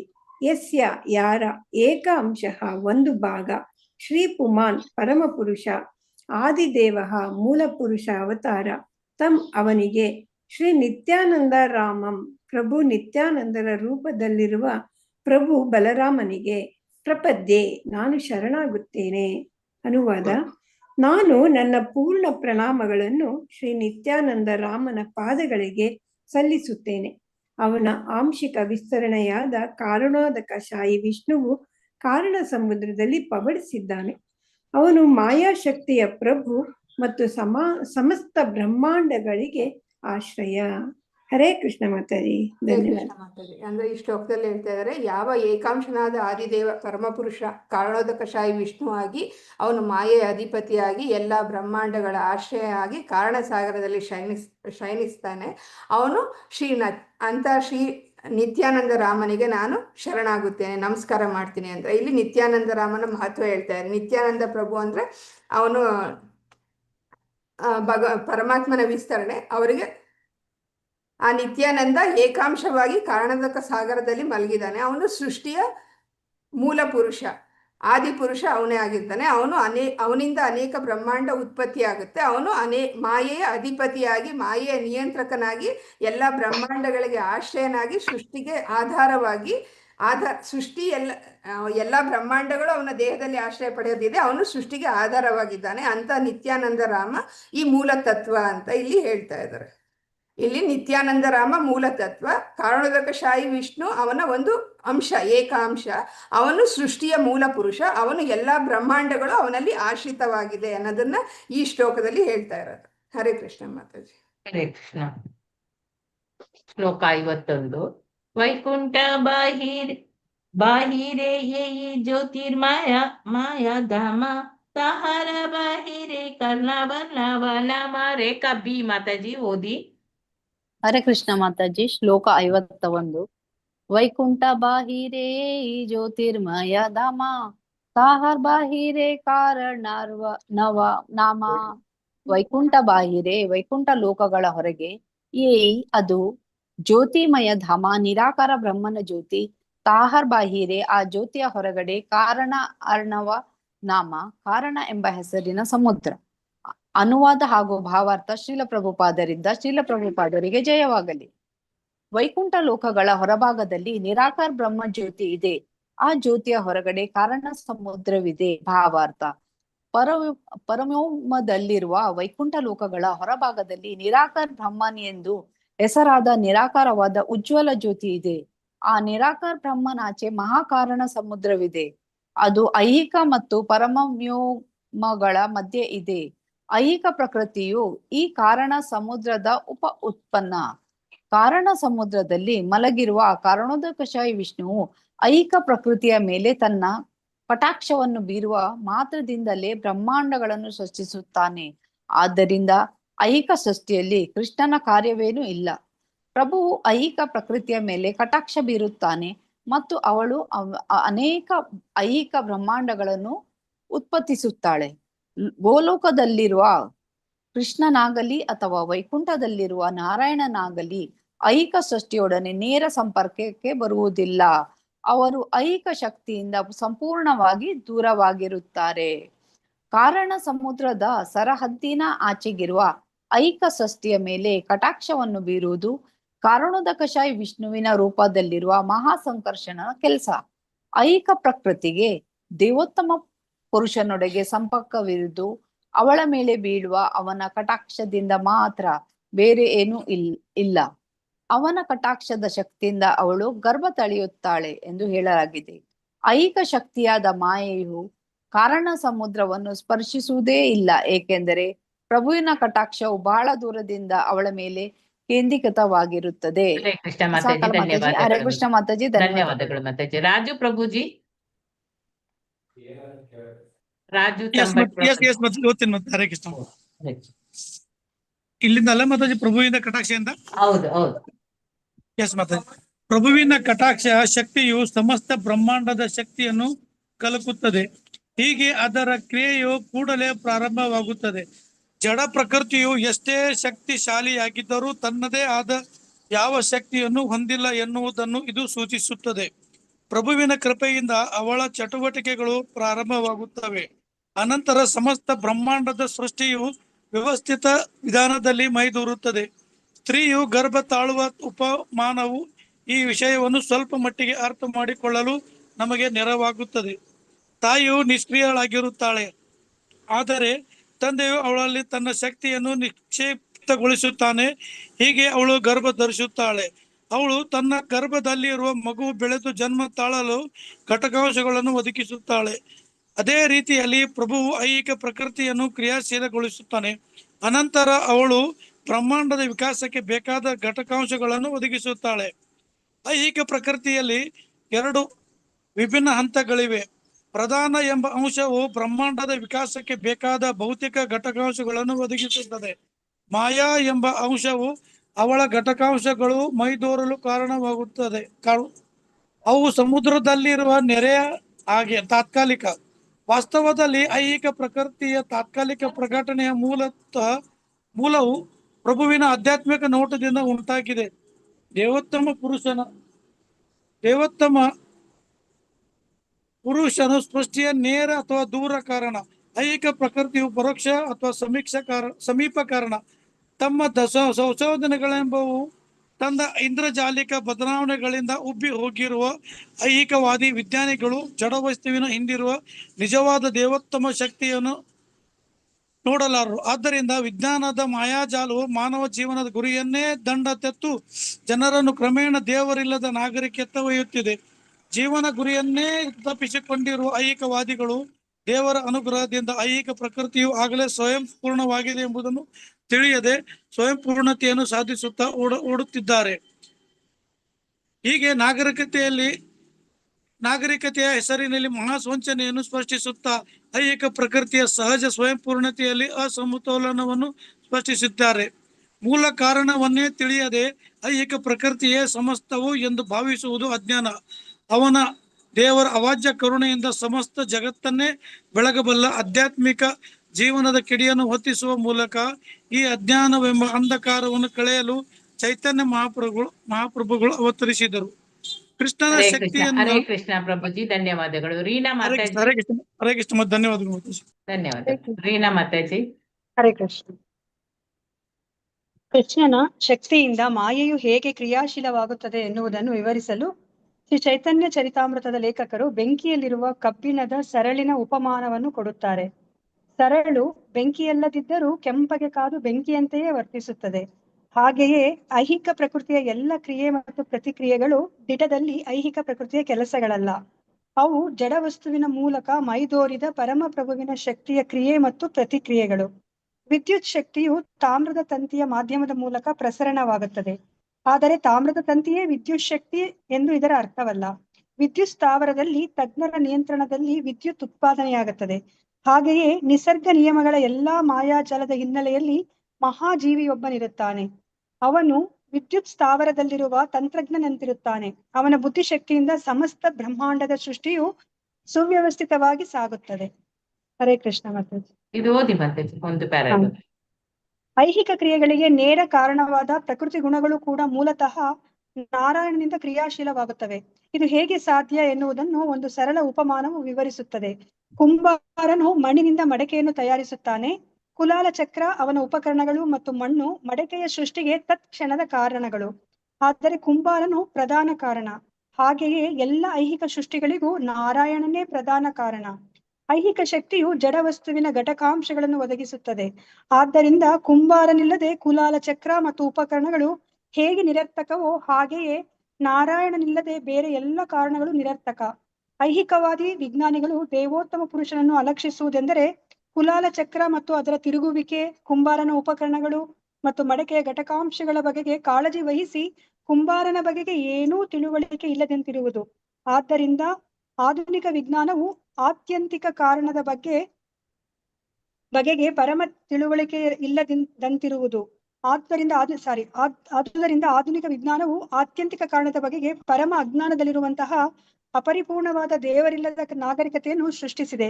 ವೈಜ್ಞಾನಿಕ ಪ್ರಗತಿ ಸಾಧಿಸಲು ಮಹಾ ಗುರಿಯೊಂದನ್ನು ಹೊಂದಿರಬೇಕು. ಆ ಮಹಾ ಗುರಿಯು ದೇವೋತ್ತಮ ಪುರುಷನಾಗಿರಬೇಕು. ಪ್ರಾಯೋಗಿಕ ಚಿಂತನೆಯ ಮಹತ್ವಕ್ಕೆ ಪ್ರಾಶಸ್ತ್ಯವನ್ನು ಕೊಡುವ ಮಹಾಜ್ಞಾನಿಗಳು ಅನೇಕ ಜನ್ಮಗಳ ಕಾಲ ಸಂಶೋಧನೆಯನ್ನು ನಡೆಸಿದ ಮೇಲೆ ಸರ್ವ ಕಾರಣಗಳಿಗೆ ಕಾರಣವಾದ ದೇವೋತ್ತಮ ಪುರುಷನನ್ನು ಅರಿಯಬಹುದು ಎಂದು ಭಗವದ್ಗೀತೆಯಲ್ಲಿ ಹೇಳಿದೆ. ವ್ಯಕ್ತಿಯು ಅವನನ್ನು ಪರಿಪೂರ್ಣವಾಗಿ ಅರ್ಥ ಮಾಡಿಕೊಂಡ ಮೇಲೆ ಅವನಿಗೆ ಶರಣಾಗತನಾಗುತ್ತಾನೆ, ಅನಂತರ ಮಹಾತ್ಮನಾಗುತ್ತಾನೆ. ಹರೇ ಕೃಷ್ಣ ಮಾತಾಜಿ, ಧನ್ಯವಾದಗಳು. ಹರೇ ಕೃಷ್ಣ, ಧನ್ಯವಾದಗಳು. ಹರೇ ಕೃಷ್ಣ ಮಾತಾಜಿ. ಅಂದ್ರೆ ಇಲ್ಲಿ ಮುಂದೆ ಅದನ್ನೇ ವರ್ಣಿಸ್ತಾ ಹೋಗ್ತಾ ಇದ್ದಾರೆ. ವೈಕುಂಠದವರೆಗೆ ಏನಿದೆ, ಜ್ಯೋತಿರ್ಮಯ ಧಾಮವಿದೆ. ಆ ಜ್ಯೋತಿರ್ಮಯ ಧಾಮದವರೆಗೆ ಎಲ್ಲ ಕಾರಣಾರ್ಣವ ಒಂದು ಸಾಗರ ಇದೆ ಅಂತ ಇಲ್ಲಿ ವರ್ಣನೆ ಮಾಡ್ತಾ ಇದ್ದಾರೆ. ವೈಕುಂಠ ಲೋಕದ ಹೊರಭಾಗದಲ್ಲಿ ನಿರಾಕಾರ ಬ್ರಹ್ಮಜ್ಯೋತಿ ಇದೆ. ಆ ಬ್ರಹ್ಮಜ್ಯೋತಿಯ ಆಚೆಗೆ ಕಾರಣ ಸಾಗರ ಅಂದ್ರೆ ಅನ್ನೋ ಒಂದು ಸಮುದ್ರ ಇದೆ ಅಂತ ಹೇಳ್ತಾ ಇದ್ದಾರೆ. ಅಂದ್ರೆ ಮುಖ್ಯ ವ್ಯವಸ್ಥೆ ಯಾವ ತರ ಕ್ರಮ ಆಗಿದೆ ಅನ್ನೋದನ್ನ ಹೇಳ್ತಾರೆ. ವೈಕುಂಠ ಲೋಕಗಳು ಬ್ರಹ್ಮಜ್ಯೋತಿ, ಅದ್ರ ಕೆಳಗಡೆ ಕಾರಣ ಸಾಗರ. ಇದು ಆಧ್ಯಾತ್ಮಿಕ ಮತ್ತೆ ಭೌತಿಕ ಲೋಕದ ನಡುವೆ ಒಂದು ಗಡಿ ತರ ಈ ಕಾರಣ ಸಾಗರ ಅನ್ನೋದಿದೆ ಅಂತ ಇಲ್ಲಿ ಹೇಳ್ತಾ ಇದ್ದಾರೆ. ಇಲ್ಲಿ ಬ್ರಹ್ಮಜ್ಯೋತಿ ಅಂದ್ರೆ ಏನು ಅಂತ ನಮಗೆ ಗೊತ್ತು. ಈಗ ಅದು ನಿರಾಕಾರ ಬ್ರಹ್ಮಜ್ಯೋತಿ ಅಂದ್ರೆ ಇದು ವೈಕುಂಠ ಲೋಕದಿಂದ ಬರುವಂತ ಬೆಳಕು. ಇದು ಆಧ್ಯಾತ್ಮಿಕ ಮತ್ತೆ ಭೌತಿಕ ಲೋಕದ ನಡುವೆ ಇರುವ ಒಂದು ಪ್ರದೇಶ. ಅದು ಭೌತಿಕ ಸೃಷ್ಟಿಯ ಮೂಲ ಸ್ಥಾನ ಆಗಿ ಭೌತಿಕ ಲೋಕ ಇದ್ರ ಆ ಕಡೆ ಇರುತ್ತೆ, ಆಧ್ಯಾತ್ಮಿಕ ಲೋಕ ಇನ್ನೊಂದು ಕಡೆ ಇರುತ್ತೆ. ಅವರ ಮಧ್ಯೆ ಕಾರಣಸಾಗರ ಅನ್ನೋದು ಅಲ್ಲಿ ಒಂದು ಸಮುದ್ರ ಇರುತ್ತೆ. ಆ ಕಾರಣಸಾಗರದ ಮೇಲೆ ಕಾರಣೋದಕಶಾಹಿ ವಿಷ್ಣು ಅನ್ನೋನು ಏನ್ ಮಾಡ್ತಾನೆ, ಅಲ್ಲಿ ಮಲಗ್ತಾನೆ. ಅವನ ದೃಷ್ಟಿಯ ಮೂಲಕ ಈ ಭೌತಿಕ ಲೋಕದಲ್ಲಿ ಅವನ ದೃಷ್ಟಿಯ ಮೂಲಕ ಮಾಯೆಯನ್ನು ಸಕ್ರಿಯಗೊಳಿಸ್ತಾನೆ. ಅದರಿಂದ ಅನೇಕ ಬ್ರಹ್ಮಾಂಡಗಳನ್ನು ಸೃಷ್ಟಿ ಮಾಡ್ತಾನೆ. ಇಲ್ಲಿ ಕೃಷ್ಣ ಮತ್ತೆ ನಾರಾಯಣ ಸ್ಥಿತಿ ಏನು ಅನ್ನೋದನ್ನ ಹೇಳ್ತಾ ಇದ್ದಾರೆ. ಕೃಷ್ಣ ಅನ್ನೋನು ಗೋಲೋಕದಲ್ಲಿ ಇರ್ತಾನೆ, ಕೃಷ್ಣ ಮತ್ತೆ ನಾರಾಯಣ ವೈಕುಂಠ ಲೋಕದಲ್ಲಿ ಇರ್ತಾರೆ. ಭೌತಿಕ ಸೃಷ್ಟಿಯಿಂದ ಅವರು ಸಂಪೂರ್ಣವಾಗಿ ಯಾವಾಗಲೂ ದೂರದಲ್ಲಿ ಇರ್ತಾರೆ. ಅವರಿಗೆ ಮಾಯೆ ಸ್ಪರ್ಶ ಅನ್ನೋದು ಇರಲ್ಲ. ಇಲ್ಲಿ ಮಲಗಿರ್ತಾನಲ್ಲ ಕಾರಣೋದಕಶಾಹಿ ವಿಷ್ಣು, ಅವನು ದೃಷ್ಟಿಯ ಮೂಲಕ ಮಾಯೆಯನ್ನು ಜಾಗೃತಗೊಳಿಸೋದು. ಅದರಿಂದ ಅವರು ದೂರದ ಕಾರಣ ಆಗಿರ್ತಾರೆ. ಇಲ್ಲಿರೋ ಅಂತ ನಾರಾಯಣ ಇಲ್ಲಿ ಮಧ್ಯೆ ಏನು ಮಲಗಿರ್ತಾನೆ, ಅವನು ಮಧ್ಯದಲ್ಲಿ ಭೌತಿಕ ಇದು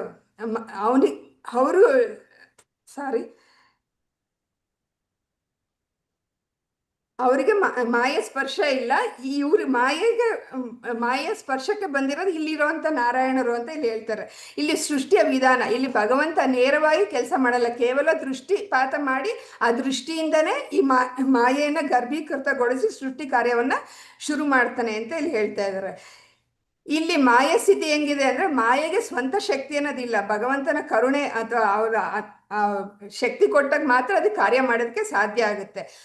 ಆಕೆ ಕೆಲಸ ಏನು, ಆಕೆಗೆ ಬೇಕಾಗಿರುವಂಥ ಪದಾರ್ಥ ಒದಗಿಸ್ತಾರೆ, ಸೃಷ್ಟಿಗೆ ಬೇಕಾಗಿರೋ ಪದಾರ್ಥ ಒದಗಿಸೋದು, ಮತ್ತೆ ಒಂದು ತಾತ್ಕಾಲಿಕ ರೂಪ ತೋರಿಸೋದು ಮಾಯೆ ಕೆಲಸ. ಆ ಮಾಯೆ ಅವನಿಗೆ ಇದನ್ನ ಮಾಡಿದಾಗ ಸೃಷ್ಟಿ ಅನ್ನೋದು ಆಗುತ್ತೆ ಅಂತ ಇಲ್ಲಿ ಹೇಳ್ತಾ ಇದ್ದಾರೆ.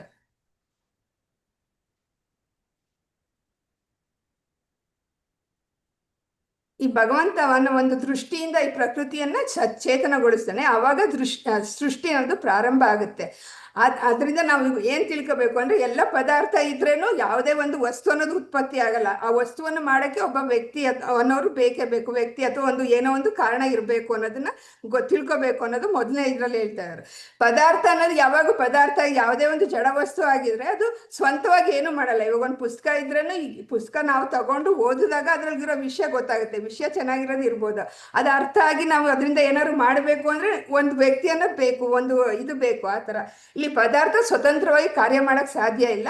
ಅವಾಗ ಈ ಪುಸ್ತಕ ಇಲ್ಲಿದೆ ಅನ್ನೋದಕ್ಕೆ, ಇಲ್ಲಿ ಭಗವಂತ ಈಗ ಬ್ರಹ್ಮ ಸೃಷ್ಟಿ ಮಾಡೋದಕ್ಕೆ ಅವನು ಕೂತಿದ್ದಾಗ ಅವನಿಗೆ ಏನ್ ಮಾಡ್ಬೇಕು ಅಂತ ಗೊತ್ತಾಗ್ಲಿಲ್ಲ. ಅವನಿಗೆ ಸೃಷ್ಟಿ ಕಾರ್ಯ ನಡೆಸಕ್ ಮುಂಚೆ ಅವಾಗ ಏನು ಎಲ್ಲೋ ಒಂದು ತಪ ಅಂತ ಕೇಳಿಸ್ದಾಗ ಅದು ಭಗವಂತನ ಅನುಗ್ರಹದಿಂದ ತಪ ಅನ್ನೋ ಪದ ಕೇಳಿಸ್ದಾಗ ಅವನು ನಾನು ತಪಸ್ ಮಾಡ್ಬೇಕು ಅಂತ ಯೋಚನೆ ಮಾಡಿ ತಪಸ್ ಮಾಡ್ದ. ಹಂಗೆ ಯಾವುದೋ ಒಂದು ಕಾರಣ ಬೇಕಾಗಿರುತ್ತೆ. ಅಂದ್ರೆ ಇದು ಜಡ ಪದಾರ್ಥ ಸ್ವತಂತ್ರವಾಗಿ ಏನು ಕೆಲಸ ಮಾಡಕ್ಕಾಗೋದಿಲ್ಲ ಅಂತ ಇಲ್ಲಿ ಹೇಳ್ತಾ ಇದ್ದಾರೆ. ಮತ್ತೆ ಈಗ ನಮ್ಮ ಇದರಲ್ಲಿ ಲೌಕಿಕದಲ್ಲಿ ಸೃಷ್ಟಿ ಆಗೋದು ಹೆಂಗೆ ಅಂದ್ರೆ, ತಂದೆ ಶಕ್ತಿ ಕೊಟ್ಟಾಗ ತಾಯಿಯ ಗರ್ಭದಲ್ಲಿ ಸೃಷ್ಟಿ ಆಗುತ್ತೆ ಒಂದು ಮಗು ಅಂತ ಹೇಳ್ತೀವಿ. ಅಂದ್ರೆ ತಾಯಿ ಅನ್ನೋರು ಏನು, ಆ ಮಗು ಬೆಳವಣಿಗೆಗೆ ಬೇಕಾಗಿರೋಂಥ ಪದಾರ್ಥವನ್ನು ಅವ್ರು ಒದಗಿಸ್ತಾರೆ, ಅದಕ್ಕೆ ಶಕ್ತಿ ಕೊಡೋದು ತಂದೆ ಅಂತ ಇಲ್ಲಿ ಹೇಳ್ತಾ ಇದ್ದಾರೆ. ಅದೇ ತರ ಇಲ್ಲಿ ಭಗವಂತನು ಸಹ ಏನ್ ಮಾಡ್ತಾನೆ, ಶಕ್ತಿ ನೀಡ್ತಾನೆ. ಯಾರಿಗೆ? ಪ್ರಕೃತಿಗೆ ಶಕ್ತಿ ನೀಡ್ತಾನೆ. ಪ್ರಕೃತಿಯಲ್ಲಿ ಪದಾರ್ಥಗಳಿರುತ್ತೆ, ಆ ಪದಾರ್ಥಗಳಿಗೆ ಭಗವಂತ ಶಕ್ತಿ ನೀಡಿದಾಗ ಸೃಷ್ಟಿ ಕಾರ್ಯ ಅನ್ನೋದು ಆಗುತ್ತೆ ಅಂತ ಇಲ್ಲಿ ಹೇಳ್ತಾ ಇದ್ದಾರೆ. ಇದರಿಂದ ನಾವು ಏನ್ ತಿಳ್ಕೊಬೇಕು? ಸೃಷ್ಟಿಗೆ ಬೇಕಾಗಿರೋ ಮೂಲ ಪದಾರ್ಥ, ಪ್ರಧಾನ ಅನ್ನೋದು ಸೃಷ್ಟಿಗೆ ಬೇಕಾಗಿರೋ ಮೂಲ ಪದಾರ್ಥ ಒದಗಿಸುತ್ತೆ. ಮಾಯೆ ಅನ್ನೋದು ತಾತ್ಕಾಲಿಕವಾಗಿ ಒಂದು ಸಮುದ್ರದಲ್ಲಿರುವಂತ ನೊರೆ ಹಂಗೆ ಬಂದು ಇದು ಸೃಷ್ಟಿ ಕಾರ್ಯವನ್ನ ಮಾಡ್ತಾರೆ ಅಂತ ಇಲ್ಲಿ ಹೇಳ್ತಾರೆ. ಸೃಷ್ಟಿಗೆ ನಿಜವಾದ ಕಾರಣ, ಮುಖ್ಯ ಕಾರಣ ಭಗವಂತ. ಇದು ಉಪಕರಣಗಳ ಕಾರಣ ಏನಾಗಿರುತ್ತೆ? ಪ್ರಕೃತಿ ಅನ್ನೋದಾಗಿರುತ್ತೆ. ಪ್ರಕೃತಿಯಲ್ಲಿರೋ ವಸ್ತುಗಳನ್ನ ತಗೊಂಡಿರ್ಬೋದು ಅಥವಾ ಬೇರೆ ಏನೇನಾದ್ರು ತಗೊಂಡು ಸೃಷ್ಟಿ ಕಾರ್ಯ ಅನ್ನೋದು ನಡೆಯುತ್ತಲ್ಲ, ಅದು ಉಪಕರಣ ಕಾರಣ. ಅಂದ್ರೆ ಮುಖ್ಯ ಕಾರಣ ಭಗವಂತ, ಪ್ರಧಾನ ಕಾರಣ ಭಗವಂತ, ಉಪದಾನ ಕಾರಣ ಅನ್ನೋದು ಈ ಪ್ರಕೃತಿ ಅಂತ ಇಲ್ಲಿ ಹೇಳ್ತಾರೆ. ಇಲ್ಲಿ ಮಾಯೆ ಏನು ಸ್ವತಃವಾಗಿ ಕೆಲಸ ಮಾಡೋದಿಲ್ಲ, ಭಗವಂತನ ಶಕ್ತಿಯಿಂದ ಮಾತ್ರ ಮಾಯೆ ಕೆಲಸ ಮಾಡಕ್ ಸಾಧ್ಯ ಆಗುತ್ತೆ.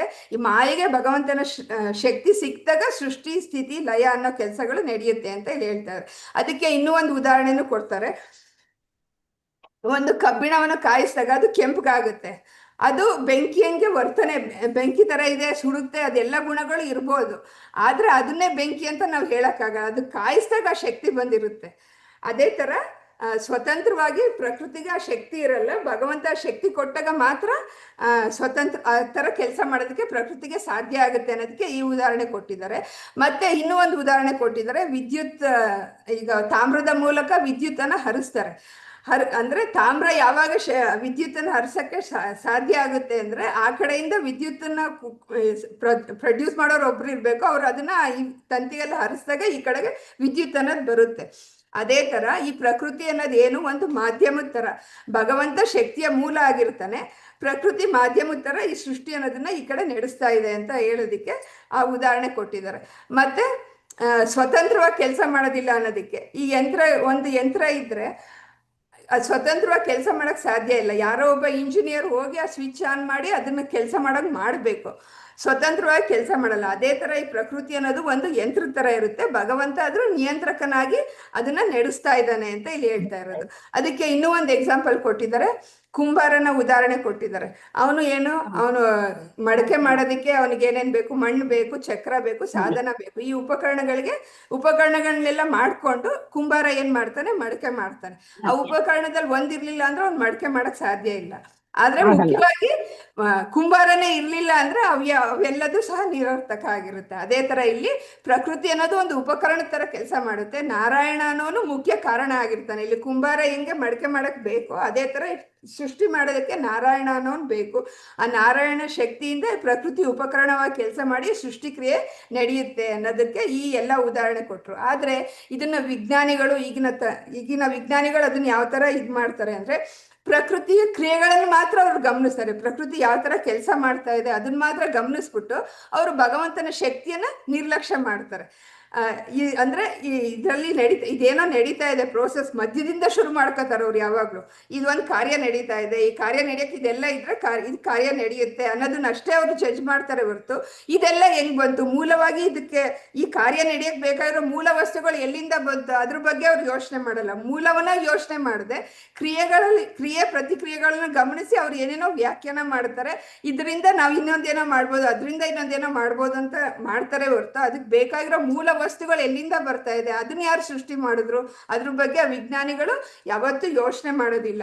ಆದ್ರಿಂದ ಅವರು ಆ ಥರ ಯೋಚನೆ ಮಾಡೋದ್ರಿಂದ ಈ ಪ್ರಕೃತಿ ಹಿಂದೆನೂ, ಈ ಪ್ರಕೃತಿಯಲ್ಲಿ ಇರೋವಂಥ ವಸ್ತುಗಳ ಹಿಂದೆನೂ ಸೃಷ್ಟಿ ಮಾಡಕ್ಕೆ ಯಾರೋ ಒಬ್ಬ ಇರಬೇಕು ಅನ್ನೋದನ್ನ ಅವ್ರು ಯೋಚನೆ ಮಾಡದೇ ಇರೋದ್ರಿಂದ ಯೋಚನೆ ಮಾಡಲ್ಲ. ಅವರು ಆ ಭಗವಂತನ ಆ ಶಕ್ತಿಯನ್ನ ನಿರ್ಲಕ್ಷ್ಯ ಮಾಡ್ತಾರೆ. ಅದರಿಂದ ಏನಾಗುತ್ತೆ, ಅವ್ರು ಏನು ಸಂಶೋಧನೆ ಮಾಡ್ತಾರೆ ಅದು ಯಾವಾಗಲೂ ಸಂಪೂರ್ಣವಾಗಿ ಪರಿಪೂರ್ಣವಾಗಿ ಇರೋದಕ್ಕೆ ಸಾಧ್ಯನೇ ಇರಲ್ಲ. ಅದಕ್ಕೆ ಹೇಳ್ತಾ ಇದ್ರೆ ಅವರು ಭಗವಂತ ಅನ್ನೋ ಶಕ್ತಿನ ನಿರ್ಲಕ್ಷ್ಯ ಮಾಡೋದ್ರಿಂದ ದೇವರಿಲ್ಲದ ಸಮಾಜ ನಿರ್ಮಾಣ ಆಗ್ತಾ ಇದೆ. ಆ ಥರ ಸಮಾಜ ನಮ್ಮನ್ನ ತಪ್ಪು ದಾರಿಗೆ ತಳ್ಳುತ್ತೆ ಅಂತ ಇಲ್ಲಿ ಹೇಳ್ತಾ ಇದ್ದಾರೆ. ಅಂದ್ರೆ ಈಗ ಏನ್ ಹೇಳ್ತಾರೆ ವಿಜ್ಞಾನಿಗಳು, ಸ್ವಾವಲಂಬನೆ ಮಾಡ್ಬೇಕು ಅಂತ ಸ್ವಾವಲಂಬನೆ ಹಿಂದೆ ಓಡ್ತಾರೆ. ಆದ್ರೆ ಭಗವಂತ ಸೃಷ್ಟಿ ಮಾಡಿರೋದು ಪರಿಪೂರ್ಣವಾಗಿದೆ. ಎಲ್ಲರಿಗೂ ಏನೇನ್ ಬೇಕು, ಎಷ್ಟು ಸ್ವತಂತ್ರ ಇರಬೇಕು, ಯಾರು ಯಾವ ಕೆಲಸ ಮಾಡ್ಬೇಕು, ಎಲ್ಲವನ್ನು ಪರಿಪೂರ್ಣವಾಗಿ ಅವನು ಮಾಡಿಟ್ಟಿದ್ದಾನೆ. ಆದ್ರೆ ನಾವು ಅದನ್ನ ಬಿಟ್ಟು ಅದನ್ನ ಮೀರಿ ನಾವು ಏನೋ ಮಾಡ್ತೀವಿ. ಈಗ ಆ ಕಾಲದಲ್ಲಿ ಮಳೆ ಬರೆಸ್ತೀವಿ ಅಂತ ಹೋಗ್ತೀವಿ. ಅದು ಪ್ರಕೃತಿ ಇಟ್ಟಿದ್ದಾನೆ, ಅವನು ಯಾವ ಕಾಲದಲ್ಲಿ ಮಳೆ ಬರಬೇಕು ಆ ಕಾಲದಲ್ಲಿ ಬರಬೇಕು. ಬಿಸಿಲು ಜಾಸ್ತಿ ಆಗಿ ಅದಾಗ ತಂಪಾಗಿ ಮಳೆ ಬರಬೇಕು ಅಂತ ಅವನದು ಪ್ರೋಗ್ರಾಮ್ ಇರುತ್ತೆ. ಆ ಪ್ರೋಗ್ರಾಮ್ ಬಿಟ್ಟು ಇವರು ನಾವು ಸೆಲ್ಫ್ ಪ್ರೋಗ್ರಾಮ್ ಮಾಡಿ ಕೃತಕವಾಗಿ ಮಾಡ್ತೀವಿ ಅಂತ ಹೋಗ್ತಾರೆ. ಅದು ತಪ್ಪಾಗುತ್ತೆ. ಅದು ಭೌತಿಕ ಅಂದ್ರೆ ಸಮತೋಲನಕ್ಕೆ ಅಪಾಯವನ್ನು ನಾವು ತರ್ತಾ ಇದೀವಿ ಈ ತರ ಸಂಶೋಧನೆಗಳನ್ನ ಮಾಡಿ ಅಂತ ಇಲ್ಲಿ ಹೇಳ್ತಾ ಇದ್ದಾರೆ. ಇದಕ್ಕೆಲ್ಲ ಕಾರಣ ಏನು? ನಮ್ಮ ಅಜ್ಞಾನ, ಇಗ್ನೋರೆನ್ಸ್. ಇದು ಅಜ್ಞಾನ ಅನ್ನೋದು ದೊಡ್ಡ ಕಾರಣ ಆಗಿರುತ್ತೆ. ಅದಕ್ಕೋಸ್ಕರನೇ ಈ ಸೃಷ್ಟಿಯ ಹಿಂದೆ ಭಗವಂತ ಇದ್ದಾನೆ ಅನ್ನೋದನ್ನ ತಿಳಿಸಿಕೊಡೋಕ್ಕೋಸ್ಕರ ಚೈತನ್ಯ ಮಹಾಪ್ರಭುಗಳ ಅವತಾರದ ಉದ್ದೇಶ ಆಗಿತ್ತು.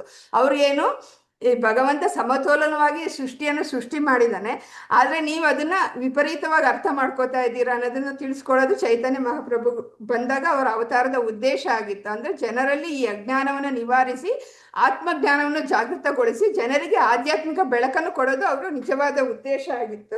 ಆ ಕಾಲದಲ್ಲಿ ಬಂದಾಗ ಅವರು ಆ ಕೆಲಸವನ್ನು ಮಾಡಿದರು. ಆದ್ರಿಂದ ಸೃಷ್ಟಿಯ ನಿಜವಾದ ಪ್ರಕೃತಿಯ ಹಿಂದೆ ಒಂದು ಚೇತನ ಶಕ್ತಿ ಅನ್ನೋ ಭಗವಂತ ಅನ್ನೋ ಚೇತನ ಶಕ್ತಿ ಇದೆ. ಅವನೇ ಸೃಷ್ಟಿಯನ್ನ ನಿಯಂತ್ರಣೆ ಮಾಡ್ತಾ ಇರೋದು. ಇದು ಭಗವಂತನ ಬುದ್ಧಿಯಿಂದ ಅದೆಲ್ಲ ಸರಿಯಾಗಿ ವ್ಯವಸ್ಥೆ ಮಾಡಿ ಅದ್ರ ತರ ನಡೆಸ್ತಾ ಇದ್ದಾನೆ. ಈ ಭೌತಿಕ ಜಗತ್ತಿನಲ್ಲಿ ಇಲ್ಲಿ ನಡೀತಾ ಇರೋ ತ್ರಿಗುಣಗಳಲ್ಲಿ ಸಿಲುಕಿ ನಾವು ಏನೇನು ಕೆಲಸ ನಡೀತಾ ಇದೆಯೋ ಅದಕ್ಕೆಲ್ಲ ಚಾಲನೆ ಮಾಡಿರೋನು ಈ ಭಗವಂತ ನಾರಾಯಣನೇ. ಆ ನಾರಾಯಣನಿಂದನೇ ಈ ಗುಣಗಳು, ಸತ್ವ ರಜ ತಮ್ಮ ಗುಣಗಳು ಸೃಷ್ಟಿಯಾಗಿ ಅವುಗಳಿಂದ ಈ ಭೌತಿಕ ಜಗತ್ತು ಅನ್ನೋದು ನಡೀತಾ ಇದೆ. ಆದರೆ ವಿಜ್ಞಾನಿಗಳು ಸರಿಯಾಗಿ ಅವರು ಸಂಶೋಧನೆ ಮಾಡಿ ಇದು ಮಾಡಬೇಕು ಅಂದರೆ ಅವ್ರಿಗೆ ಭಗವಂತನ ಅರಿವಿರಬೇಕು, ಭಗವಂತನ ಬಗ್ಗೆ ಅವ್ರಿಗೆ ಜ್ಞಾನ ಇರಬೇಕು. ಆವಾಗ ಅವರ ಆಧ್ಯಾತ್ಮಿಕ ಗುರಿಯನ್ನು ಸರಿಯಾಗಿ ತಲುಪೋದಕ್ಕೆ ಸಾಧ್ಯ ಆಗುತ್ತೆ. ಇಂಥ ಜ್ಞಾನ ಅಥವಾ ವಿಜ್ಞಾನಿ ಅಂದರೆ ಅವನಿಗೆ ಬುದ್ಧಿ ಇಲ್ಲ ಅಂತ ನಾವು ತಿಳ್ಕೊಳ್ಳೋದಲ್ಲ, ಅವನಿಗೆ ತುಂಬ ನಮ್ಗಿಂತ ಚೆನ್ನಾಗಿ ಬುದ್ಧಿಶಕ್ತಿ ಇರುತ್ತೆ. ಆದರೆ ಅವನೇನು ಭಗವಂತನ ನಂಬಲ್ಲ, ಭಗವಂತನ ಅಸ್ತಿತ್ವಕ್ಕೆ ವಿರೋಧವಾಗಿ ಯೋಚನೆ ಮಾಡ್ತಾ ಇರ್ತಾನೆ ಅನ್ನೋದೇ ಅವ್ರು ತಪ್ಪಾಗಿರುತ್ತೆ. ಅದಕ್ಕೆ ಭಗವದ್ಗೀತೆಯಲ್ಲಿ ಒಂದು ಶ್ಲೋಕ ಇದೆ, ಬಹುನಾಂ ಜನ್ಮನಾಮಂತೆ ಜ್ಞಾನವಾನ್ಮ ಪ್ರಪದ್ಯತೆ ವಾಸುದೇವ ಸರ್ವಮಿತಿ. ಮುಂದೆ ಬರ್ತಾ ಇಲ್ಲ ಆ ಶ್ಲೋಕದ ಪ್ರಕಾರ ಜ್ಞಾನಿಯಾದವನು. ಹರೇ ಕೃಷ್ಣ, ಯಾರು ಗೊತ್ತಿರೋ ಶ್ಲೋಕ ಕಂಪ್ಲೀಟ್ ಮಾಡಿ.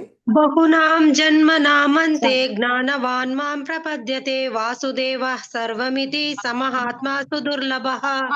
ಧನ್ಯವಾದ ಮಾತಾಡಿ. ಅದೇ ತರ ಆ ತರ ಜ್ಞಾನಿ ಆಗಿರುವಂತವನು ಎಷ್ಟೋ ಜನ್ಮ ಅವನು ಪ್ರಯತ್ನ ಮಾಡಿ ಮಾಡಿ ಈ ವಿಜ್ಞಾನಗಳ ಪ್ರಯೋಗಗಳನ್ನು ಮಾಡಿ ಮಾಡಿ ನಿಜವಾಗಿ ಭಗವಂತನನ್ನ ಇದು ವಾಸುದೇವ ಇದ್ದಾನೆ ಅನ್ನೋದನ್ನ ಅರ್ಥಕೊಂಡು ಅವನಿಗೆ ಶರಣಾಗ್ತಾನಂತೆ. ಅಷ್ಟಕ್ಕೆ ಅವನು ಎಷ್ಟೋ ಜನ್ಮಗಳು ಕಳೆದಿರುತ್ತೆ ಅಂತ ಗೀತೆಯಲ್ಲಿ ಹೇಳಿದ್ದಾರೆ. ಅದೇ ತರ ಅಂತ ಮಹಾತ್ಮರಾಗಬೇಕಾದ್ರೆ ನಾವು ಇದನ್ನ ತಿಳ್ಕೋಬೇಕು. ಯಾವಾಗ ಅವನು ಭಗವಂತನ ಅರಿತು ಅವನಿಗೆ ಶರಣಾಗ್ತಾನೆ ಅದು ಮಹಾತ್ಮನ ಲಕ್ಷಣ. ಅವಾಗ ಅವನಲ್ಲಿ ಬಂದಿರುತ್ತೆ, ಅವನಿಗೆ ಶರಣಾಗತಿಯನ್ನು ಹೊಂದುತ್ತಾನೆ ಅಂತ ಈ ಶ್ಲೋಕದಲ್ಲಿ ಹೇಳ್ತಾ ಇದ್ದಾರೆ. ಅಂದ್ರೆ ಸಾರಾಂಶ ಸೃಷ್ಟಿಗೆ ಇದರಲ್ಲಿ ಈ ಶ್ಲೋಕದಲ್ಲಿ ಇರೋ ಮುಖ್ಯ ಸಾರಾಂಶ ಏನಂಬಂದ್ರೆ ಸೃಷ್ಟಿಯ ಮೂಲ ಕಾರಣ ಭಗವಂತ. ಪ್ರಕೃತಿ ಅನ್ನೋದು ಕೇವಲ ಸಾಧನವಾಗಿ ಕೆಲಸ ಮಾಡುತ್ತೆ. ಈ ಮಾಯೆ ಭಗವಂತನ ಶಕ್ತಿಯಿಂದ ಮಾತ್ರ ಕೆಲಸ ಮಾಡುತ್ತೆ. ಭಗವಂತನನ್ನು ಅರಿಯೋದು ಮಾನವನ ಜೀವನದ ಗುರಿಯಾಗಿರ್ಬೇಕು. ಆ ತರ ತಿಳ್ಕೊಂಡು ನಾವು ಜೀವನ ಮಾಡಿದಾಗ ನಾವು ಪರಿಪೂರ್ಣತೆಯನ್ನು ಸಾಧಿಸೋದಕ್ಕೆ ಸಹಾಯ ಆಗುತ್ತೆ ಅಂತ ಈ ಶ್ಲೋಕದಲ್ಲಿ ಹೇಳ್ತಾ ಇದ್ದಾರೆ. ಹರೇ ಕೃಷ್ಣ ಮಾತಾಜಿ. ಹರೇ ಕೃಷ್ಣ.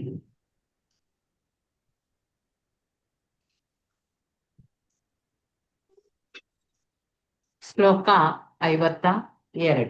ವೈಕುಂಠ ಬಿಡಿಯ ಏಕ ಆಚೆ ಜಲನಿಧಿ ಅನಂತ ಅಪರ ತಾರ ನಹಿಕ ಅವಧಿ.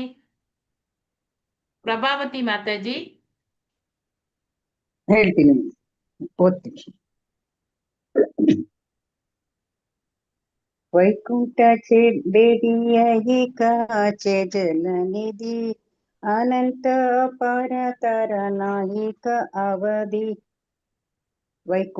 ವೈಕುಂಠದ ಆಧ್ಯಾತ್ಮಿಕ ಲೋಕಗಳು ಬೇಡಿಯ ಸುತ್ತಮುತ್ತಿನ ಏಕ ಒಂದು, ಆಚೆ ಅಲ್ಲಿದೆ, ಜಲನಿಧಿ ನೀರಿನ ಸಾಗರ, ಅನಂತ ಮಿತಿಯಿಲ್ಲದ, ಅಪಾರ ಅಳೆಯಲಾಗದ, ತಾರ ಅದರ, ನಾಹಿಕ ಇಲ್ಲ, ಅವಧಿ ಪರಿಮಿತಿ.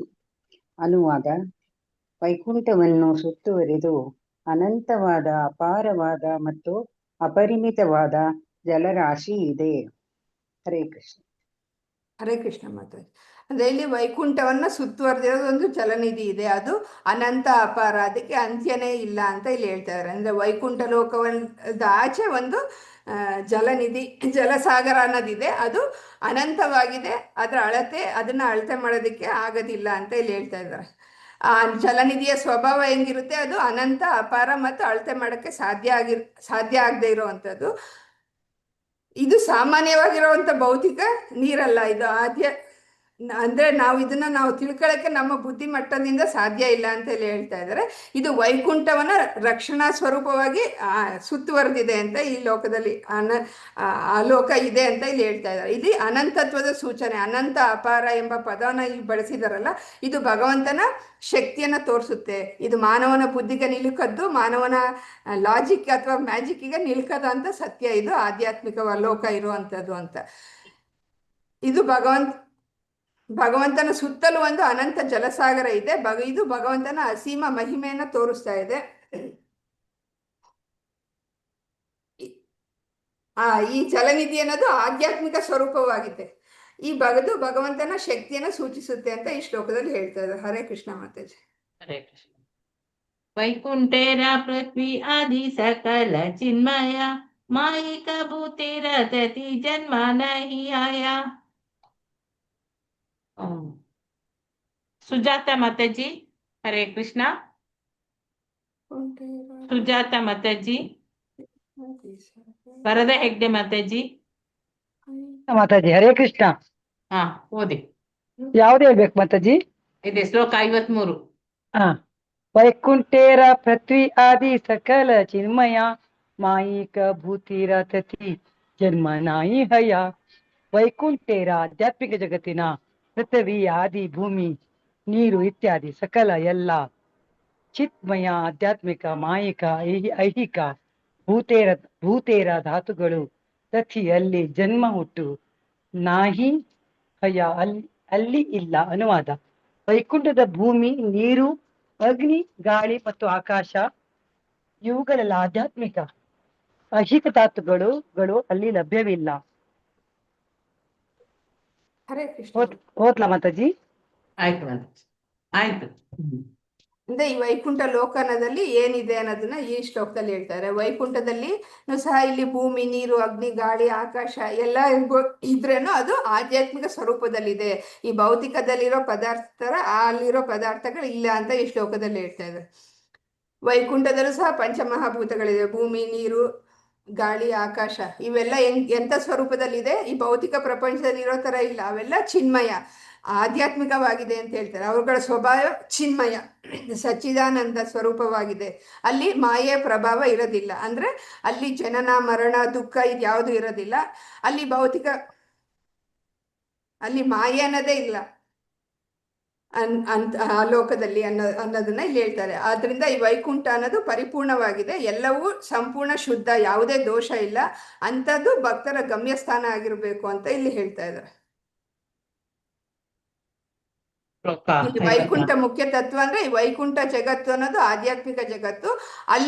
ಇಲ್ಲಿ ಅನ್ವಯಿಸುವಂತ ನಿಯಮಗಳೇ ಬೇರೆ. ಈ ಭೌತಿಕದಲ್ಲಿರೋ ನಾವು ಇಲ್ಲಿರೋ ಜಗತ್ತಿನಲ್ಲಿ ಅನ್ವಯಿಸುವಂತ ನಿಯಮಗಳು ಅಲ್ಲಿ ಅನ್ವಯಿಸೋದಿಲ್ಲ ಅನ್ನೋದನ್ನ ಮುಖ್ಯವಾಗಿ ತಿಳ್ಕೋಬೇಕು.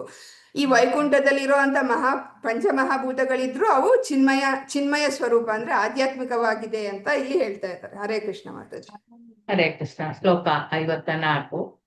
ಚಿನ್ಮಯ ಜಲಸೇಯಿ ಪರಮ ಕಾರಣ ಯಾರ ಏಕ ಕನ ಗಂಗಾ ಪತಿತ ಪಾವನ. ವರದ ಹೆಗ್ಡೆ ಮಾತಾಜಿ. ಹರೇ ಕೃಷ್ಣ ಮಾತಾಜಿ. ಮಾತಾಡು. ಚಿನ್ಮಯ ಜಲಸೇಯಿ ಪರಮ ಕಾರಣ ಯಾರ ಏಕ ಕಣ ಗಂಗಾ ಪತಿತ ಪಾವನ. ಚಿನ್ಮಯ ಆಧ್ಯಾತ್ಮಿಕ ಜಲ, ನೀರು, ಸೇಯಿ ಅದು ಪರಮ ಕಾರಣ, ಮೂಲ ಕಾರಣ. ಯಾರ ಅದರ ಏಕ ಒಂದು ಕಣ ಹನಿ, ಗಂಗಾ ಪವಿತ್ರ ಗಂಗೆಯು, ಪತಿತ ಪಾವನ ಪತಿತ ಆತ್ಮರ ಉದ್ಧಾರಕ. ಅನುವಾದ ಶ್ರೀಲ ಪ್ರಭುಪಾದರಿಗೆ ಜಯವಾಗಲಿ. ಆದ್ದರಿಂದ ಮೂಲ ಕಾರಣವಾದ ಕಾರಣ ಸಮುದ್ರದ ನೀರು ಆಧ್ಯಾತ್ಮಿಕ, ಅದರ ಒಂದು ಹನಿಯಾದ ಪವಿತ್ರ ಗಂಗೆಯು ಪತಿತಾತ್ಮರನ್ನು ಉದ್ಧಾರ ಮಾಡುತ್ತದೆ. ಹರೇ ಕೃಷ್ಣ ಮಾತಾಜಿ. ಧನ್ಯವಾದಗಳು. ಹರೇ ಕೃಷ್ಣ ಮಾತಾಜಿ.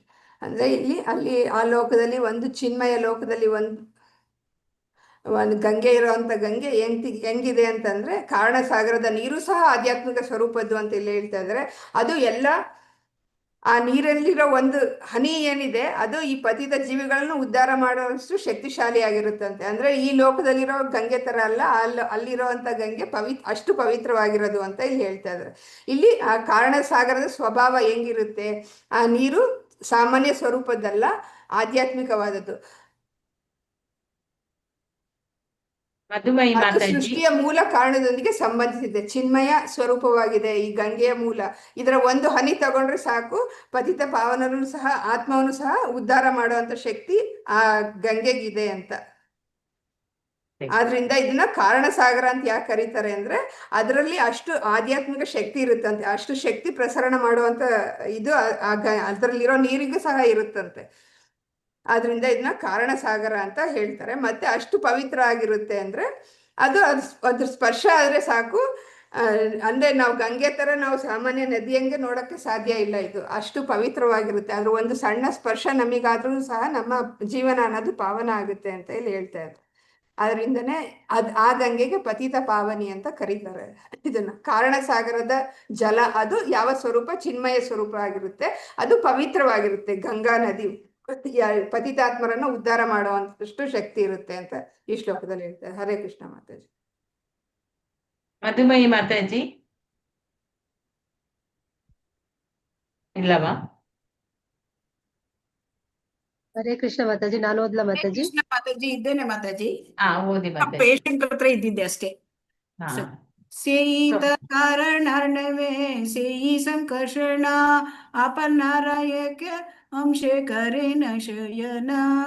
ಸೇಯಿ ಅದು ತಾ ಖಂಡಿತವಾಗಿ, ಕಾರಣ ಅರ್ಣವೇ ಕಾರಣ ಸಮುದ್ರದಲ್ಲಿ, ಸೇಯಿ ಅದು ಸಂಕರ್ಷಣ ಪ್ರಭು ಸಂಕರ್ಷಣ, ಆಪನಾರ ತನ್ನದೇ ಆದ, ಏಕ ಒಂದು, ಅಂಶದಿಂದ ಕರೇನ ಶಯನ ಮಲಗುತ್ತಾನೆ.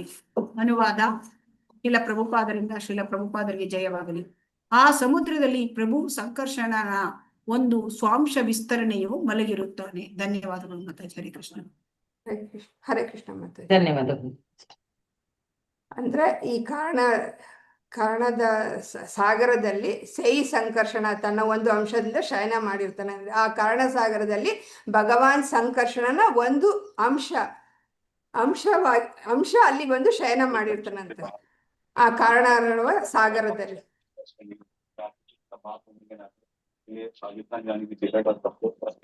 ಇದರಿಂದ ಸೃಷ್ಟಿಯ ಪ್ರಾರಂಭ ಆಗುತ್ತೆ ಅಂತ ಹೇಳ್ತಾ ಇದ್ದಾರೆ. ಮಹಾವಿಷ್ಣು ಮಾತಾಜಿ. ಹರೇ ಕೃಷ್ಣ ಮಾತಾಜಿ. ಎಂಡಿಂಗ್ ಮಾಡಿ ಮಾತಾಜಿ.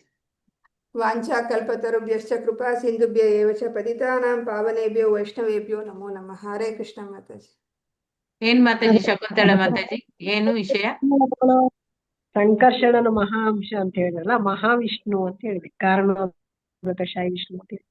ಮಾತಾಜಿ ನಾನು ಇದು ಫಸ್ಟ್ ಟೈಮ್ ನಾನು ಓದ್ತಾ ಇರೋದು. ನಾನು ಏನಾದ್ರು ತಪ್ಪು ಹೇಳಿದ್ರೆ ನನಗೆ ಕ್ಷಮಿಸಿ ಮಾತಾಜಿ, ನನಗೇನ್ ಅರ್ಥ ಆಗುತ್ತೋ ಒಂದು ವಿಶೇಷ ಅಂದ್ರೆ ಅಲ್ವಾ, ನಮಗೆ ಕಾರಣಿಕಶಾಹಿ ವಿಷ್ಣುನೇ ಅಷ್ಟು ದೊಡ್ಡ ವಿಷ್ಣು ಕಾಣ್ತಾನೆ. ಮಹಾ ಸಂಕರ್ಷಣ ಎಷ್ಟಿರ್ಬೋದು ಅಂತ ನಾನು ಇಮ್ಯಾಜಿನ್ ಮಾಡ್ತಾ ಇದ್ದೆ. ಅವನ ಒಂದು ಅಂಶ ಈ ಕಾರಣಿಕಶಾಹಿ ವಿಷ್ಣು. ಮಹಾ ಸಂಕರ್ಷಣ ಎಷ್ಟು ದೊಡ್ಡ ಇರ್ಬೋದು ಅವರದ್ದು. ಸೊ ಅದನ್ನ ನಾನು ಯೋಚನೆ ಮಾಡ್ತಾ ಇದ್ದಿದ್ದೆ. ಹರೇ ಕೃಷ್ಣ ಮಾತಾಜಿ. ಹೇಳ್ತಾ ಇದ್ದೀನಿ ಇಷ್ಟೊತ್ತು ಅದೇ ಶ್ಲೋಕ ಇತ್ತು, ಸಂಕರ್ಷಣಂದೇ ಇತ್ತು. ಚೆನ್ನಾಗಿತ್ತು, ಹೇಳಿದ್ರು ಮಾತಾಜಿ, ಚಂದ ಹೇಳಿದ್ದಾರೆ. ಸರಿ ಚಂದ ಹೇಳಿದ್ದೀರಾ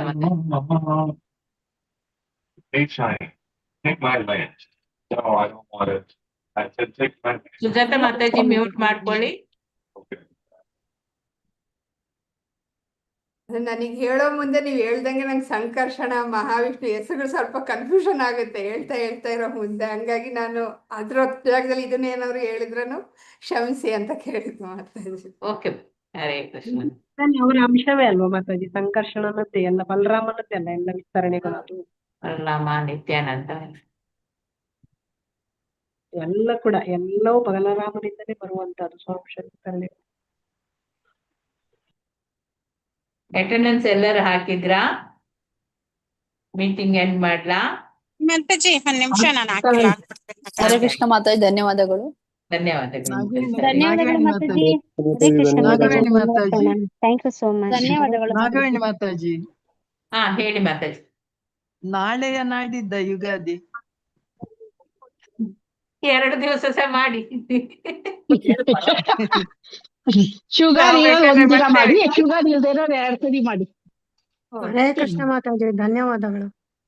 ಎಲ್ಲ ಅಡಿಗೆ ಮಾಡಿ ಒಂದಿನ ಎಲ್ಲ ಊಟ ಮಾಡಿ. ಹೌದು. ಹರೇ ಕೃಷ್ಣ ಮಾತಾಜಿ, ನೋಡಿ, ಒಂದೊಂದು ಧನ್ಯವಾದ. ಕ್ಯಾಲೆಂಡರ್ ಹರೇ ಅಲ್ಲಿ ಕೃಷ್ಣ 4 ಧನ್ಯವಾದಗಳು ಡೇಟ್. ಮಾತಾಜಿ. ಒಂದು ಕ್ಯಾಲೆಂಡರ್ ಅಲ್ಲಿ ನಾಳೆ ಉಂಟು, ಒಂದು ಕ್ಯಾಲೆಂಡರ್ ಅಲ್ಲಿ ನಾಳ್ದು ಉಂಟು. ಅದಕ್ಕೆ 2 ದಿವಸ ಎರಡು ಸಹ ಮಾಡಿ, ಸೇರಿ ರಗಳೆ ಇಲ್ಲ. ಮಾಡ್ಬಿಡೋಣ. 2 ದಿನ ಹಬ್ಬ ಮಾತಾಜಿ. ಲೈವ್ ಆಫ್ ಮಾಡಿ. ನಾನು ಎಂದು ಮಾಡ್ತೇನೆ. ಹರೇ ಕೃಷ್ಣ.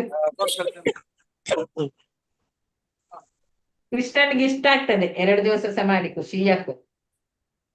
ಕೃಷ್ಣನ್ಗೆ ಇಷ್ಟವಾದ ಪ್ರಸಾದ ಮಾಡ್ಬೇಕು ಮಾತಾಜಿ. ಕೃಷ್ಣನ್ಗೆ ಇಷ್ಟ ಆಗತ್ತೆ. ಕೃಷ್ಣನಿಗೆ ಇಷ್ಟವಾದದ್ದು ಮಾಡಿ ಇಡೀ